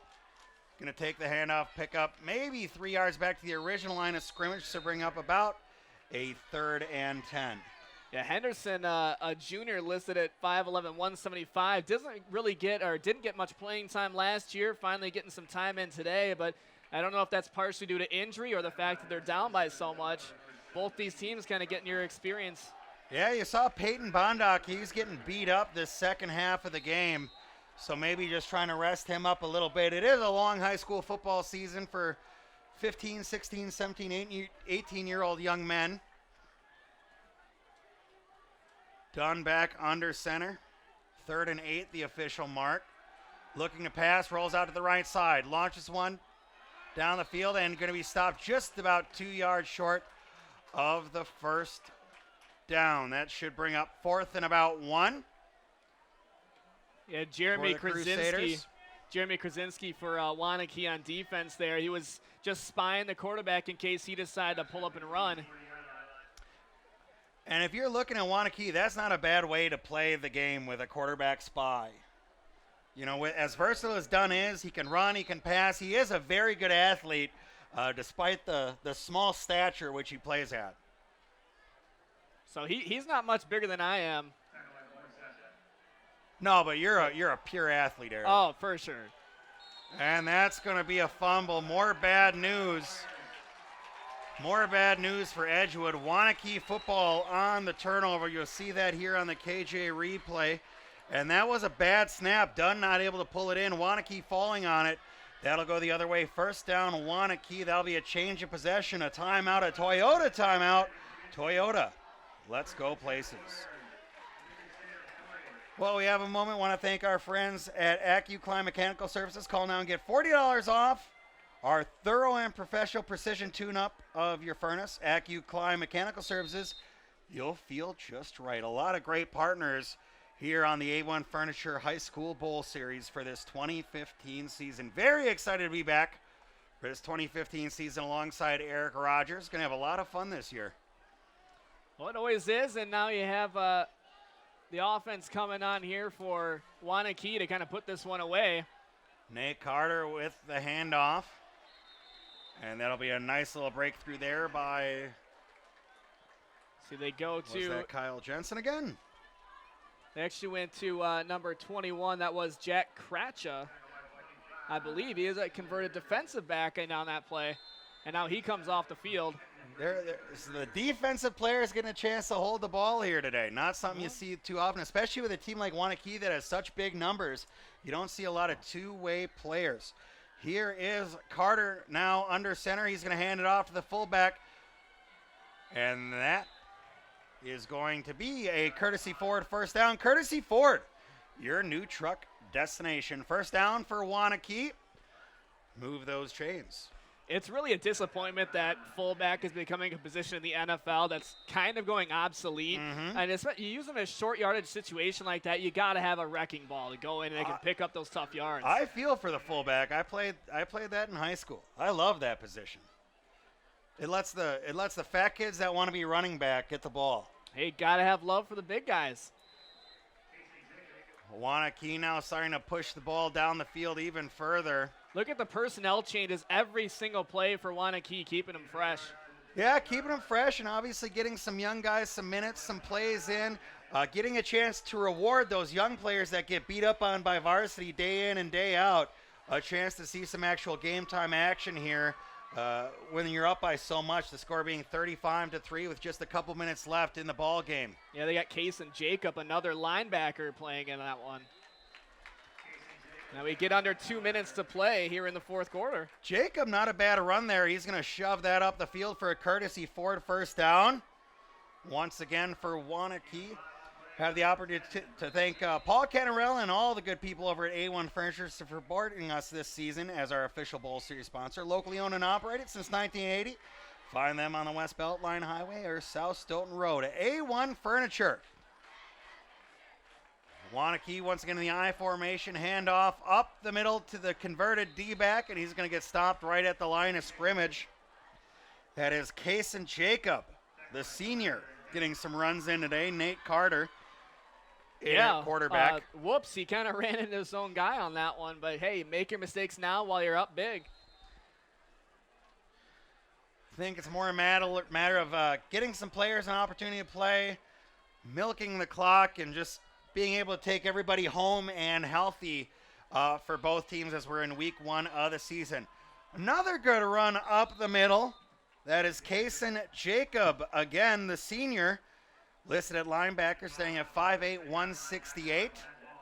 Doesn't get a lot of opportunities to get in the game, but getting some runs here today. Well, it's one of the few times we've seen the true I formation on the Waunakee side of the ball. And then maybe just experiment with some of the basics, like we kind of said, make that playbook a little smaller for him. I formation back on the field. Nate Carter takes the snap, going to hand it off.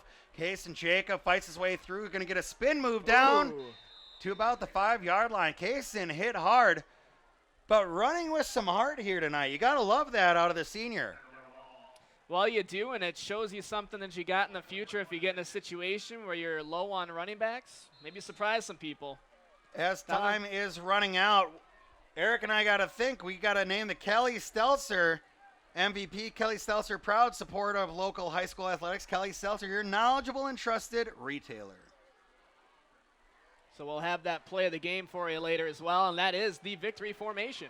Taking the knee is David Westrich, the junior, a DB, and Waunakee is going to win the Kickoff Bowl. And I think Eric and I, we've been talking about it. I'm going with Kyle Jensen as the MVP. What are your thoughts? Yeah, I mean, that's a good choice. Couple touchdowns, couple good grabs. Obviously, the blocking that goes into it as well. His work on the defensive side of the ball. Guy kind of did it all tonight. Kyle Jensen wearing number 6 for Waunakee. 2 touchdown receptions.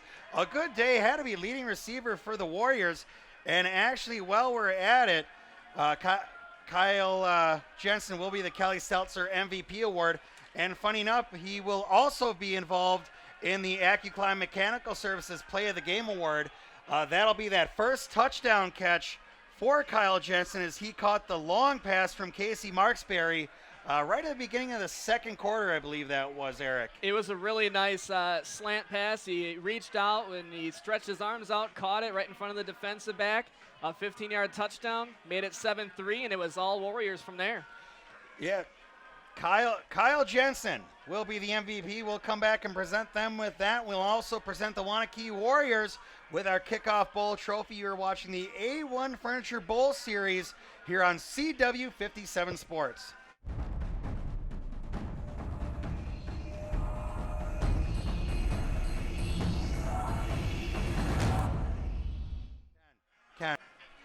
Welcome back to the A1 Furniture Bowl Series. It was the Kickoff Bowl with Waunakee coming off with a very impressive win, 35-3 over Edgewood. We've decided to name Kyle Jensen our Kelly Stelzer MVP tonight, and that easily could have gone to Sam Musso, Casey Marksberry, or a number of players here tonight. And there you see our Al Byers. I'm sorry, not our Al Byers. That is our AccuClimb Mechanical Services play of the game. The first touchdown of the game, Kyle Jensen was involved with that. A long pass from Casey Marksberry, and that will be our AccuClimb Mechanical Services play of the game. Eric, talk to us a little bit about Kyle Jensen, his role in today's game, and he barely beat out, as I said, Sam Musso or Casey Marksberry. A lot of impressive plays for Waunakee here tonight. Yeah, it could have gone to Musso, but you have an offensive line that helps block for you. And then when you have a receiver like Kyle Jensen, he's going to be involved in that blocking scheme as well. So not only is he catching a couple touchdown passes, he's opening up holes. He's providing opportunities for Musso, Johnson, whoever the running back happened to be at the time. Musso was kind of involved in a lot of aspects of the game tonight. And I think that's why we're going to give it to number 6. All right, fantastic game. We're getting Wanakee ready. We're going to present them with the A1 Furniture Bowl Series trophy. You have been watching the kickoff bowl tonight, along with Eric Rogers. We look forward to you guys tuning into this game once again Saturday and Sunday. We're going to be in Janesville next Friday night for the Janesville Bowl. Thank you all for tuning in to CW57 Sports. For Eric Rogers, my name is Ryan Ashker, and we're going to head down to the field. Jess and Jan are standing by with the winning Wanakee Warriors.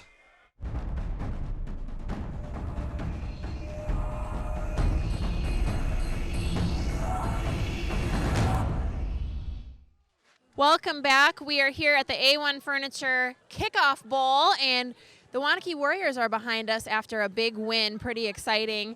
And right now we are going to present the play of the game. It is the AccuClimb Mechanical Services play of the game. We're very excited. Kyle Jensen is joining us.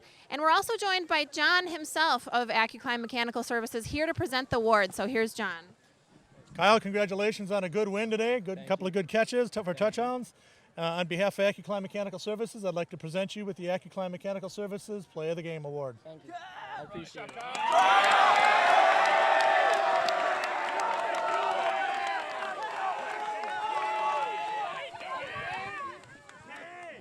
Nice job, Kyle. Congratulations to you, and thanks, John and Chris from AccuClimb Mechanical Services and supporting the youth athletics here in our area. We'll be right back with more post-game awards right after this.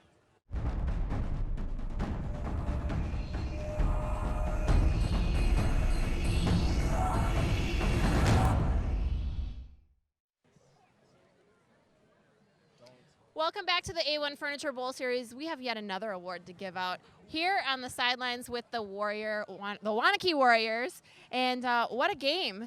And this young man has had quite a big game, haven't you? You're modest, but this is his second award that we're giving out. This is the Kelly Stelzer MVP Award. So not only the play of the game, but also the MVP of the game. Pretty exciting stuff. So, and this is Kyle Jensen. We should probably mention.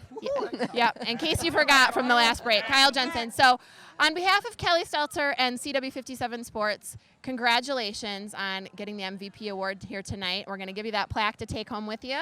So give it up for him, guys. Come on, get excited.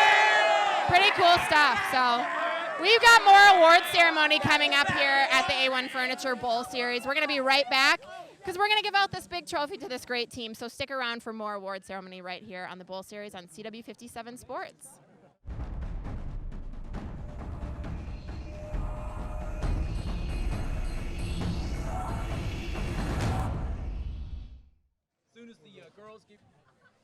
Welcome back to the A1 Furniture Bowl Series, and we're here at the post game after a big win for the Wanakee Warriors. Coach, it's got to feel good to come out with a win tonight. Yeah, I think the guys played great, especially after the first quarter.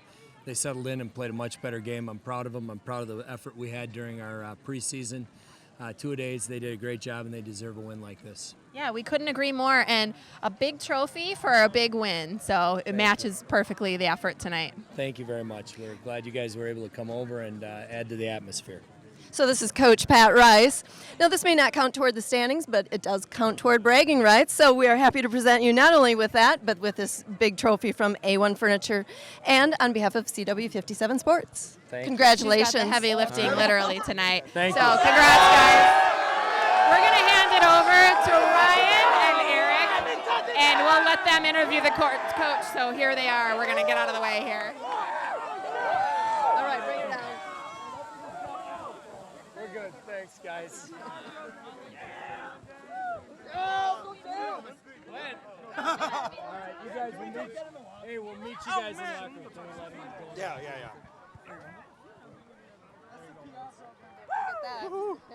Hey, Jeff. All right. Evans kind of running off the field, but we're still here with Coach Rice. a big win, obviously, and we talked. We were looking kind of at some of the past history. You guys had a huge win streak here at home back from 1998, and you guys are kind of building on your own impressive streak since then. What goes into the preparation to be so consistent with guys like Troy Laufenberg leaving the team, and he was a big part of your offense? Now it seems like you got the running back situation figured out. Yeah, I think, the thing is our kids work hard all year round, and they take a lot of pride in what they're doing. We have a special community and school that supports us. I think the kids have worked hard, and, I don't know if there's a magic potion. We just play and work hard, prepare hard in season, out of season. It isn't happenstance. It's not luck that these guys have done this. There's a lot of hours that people don't see behind the scenes. I'm just really proud of them. They've had a great couple of weeks in terms of preparation of this game. You're always a little bit nervous in the opener. Edgewood brings a lot to the table. They deserve a lot of credit. We kind of wore them down a little bit after we got rid of that first quarter kind of butterflies. We were able to settle in and play a much better football game. And we touched a little bit on it in the broadcast, but with the victory, you were able to get a chance to get some of the younger guys out there, maybe some guys that don't get a chance to see the field as much. How much does that mean to maybe not only the younger guys that are used to getting beat up by the varsity team, but some of the older guys that don't get a chance to see the field that much to come in and be a part of the game and actually contribute? Well, I think it's huge. Obviously, in our program, everybody's important. Everybody has a role. They don't really get beat up. We really try to teach everybody, and that's why when it's their turn, you lose a kid like Troy or whoever, you see some of the flawlessness. Each kid is important to us, and we think that they matter. Everybody matters, and to see them get some of their first snaps under the lights on Friday night here in Waunakee is pretty cool. I know a lot of them have been dreaming about it for a long time. But again, they've paid their dues up there. Everybody that's on the sidelines worked awful hard. So we're happy to get all of them in. And even when they're not, everybody has a role that really is important to us trying to be successful on Friday night. Fantastic. Well, Pat, we want to wish you and the Warriors a very successful season. We know your goal is to end back at Camp Randall at the end of the year, so good luck with that. And congratulations on winning the Kickoff Bowl brought to you by A1 Furniture tonight. Thanks. We really appreciate you guys coming in. It added to the atmosphere. We had a blast, so thank you guys very much. We appreciate it. You bet. Thank all of you for tuning in. This has been the A1 Furniture Bowl, the Kickoff Bowl, brought to you by the A1 Furniture Bowl series. How about that? Here on CW57. This is the first of all 9 weeks covering 18 different teams, and we're very excited to bring it to you, so make sure you tune in all week long. Next week, be sure you tune in because we have the Janesville Bowl. In Janesville. Craig versus Janesville Parker. So for CW57 Sports, we have Eric, Janet, Jessa. I'm Ryan Ashker. We'll see you next time here on CW57 Sports.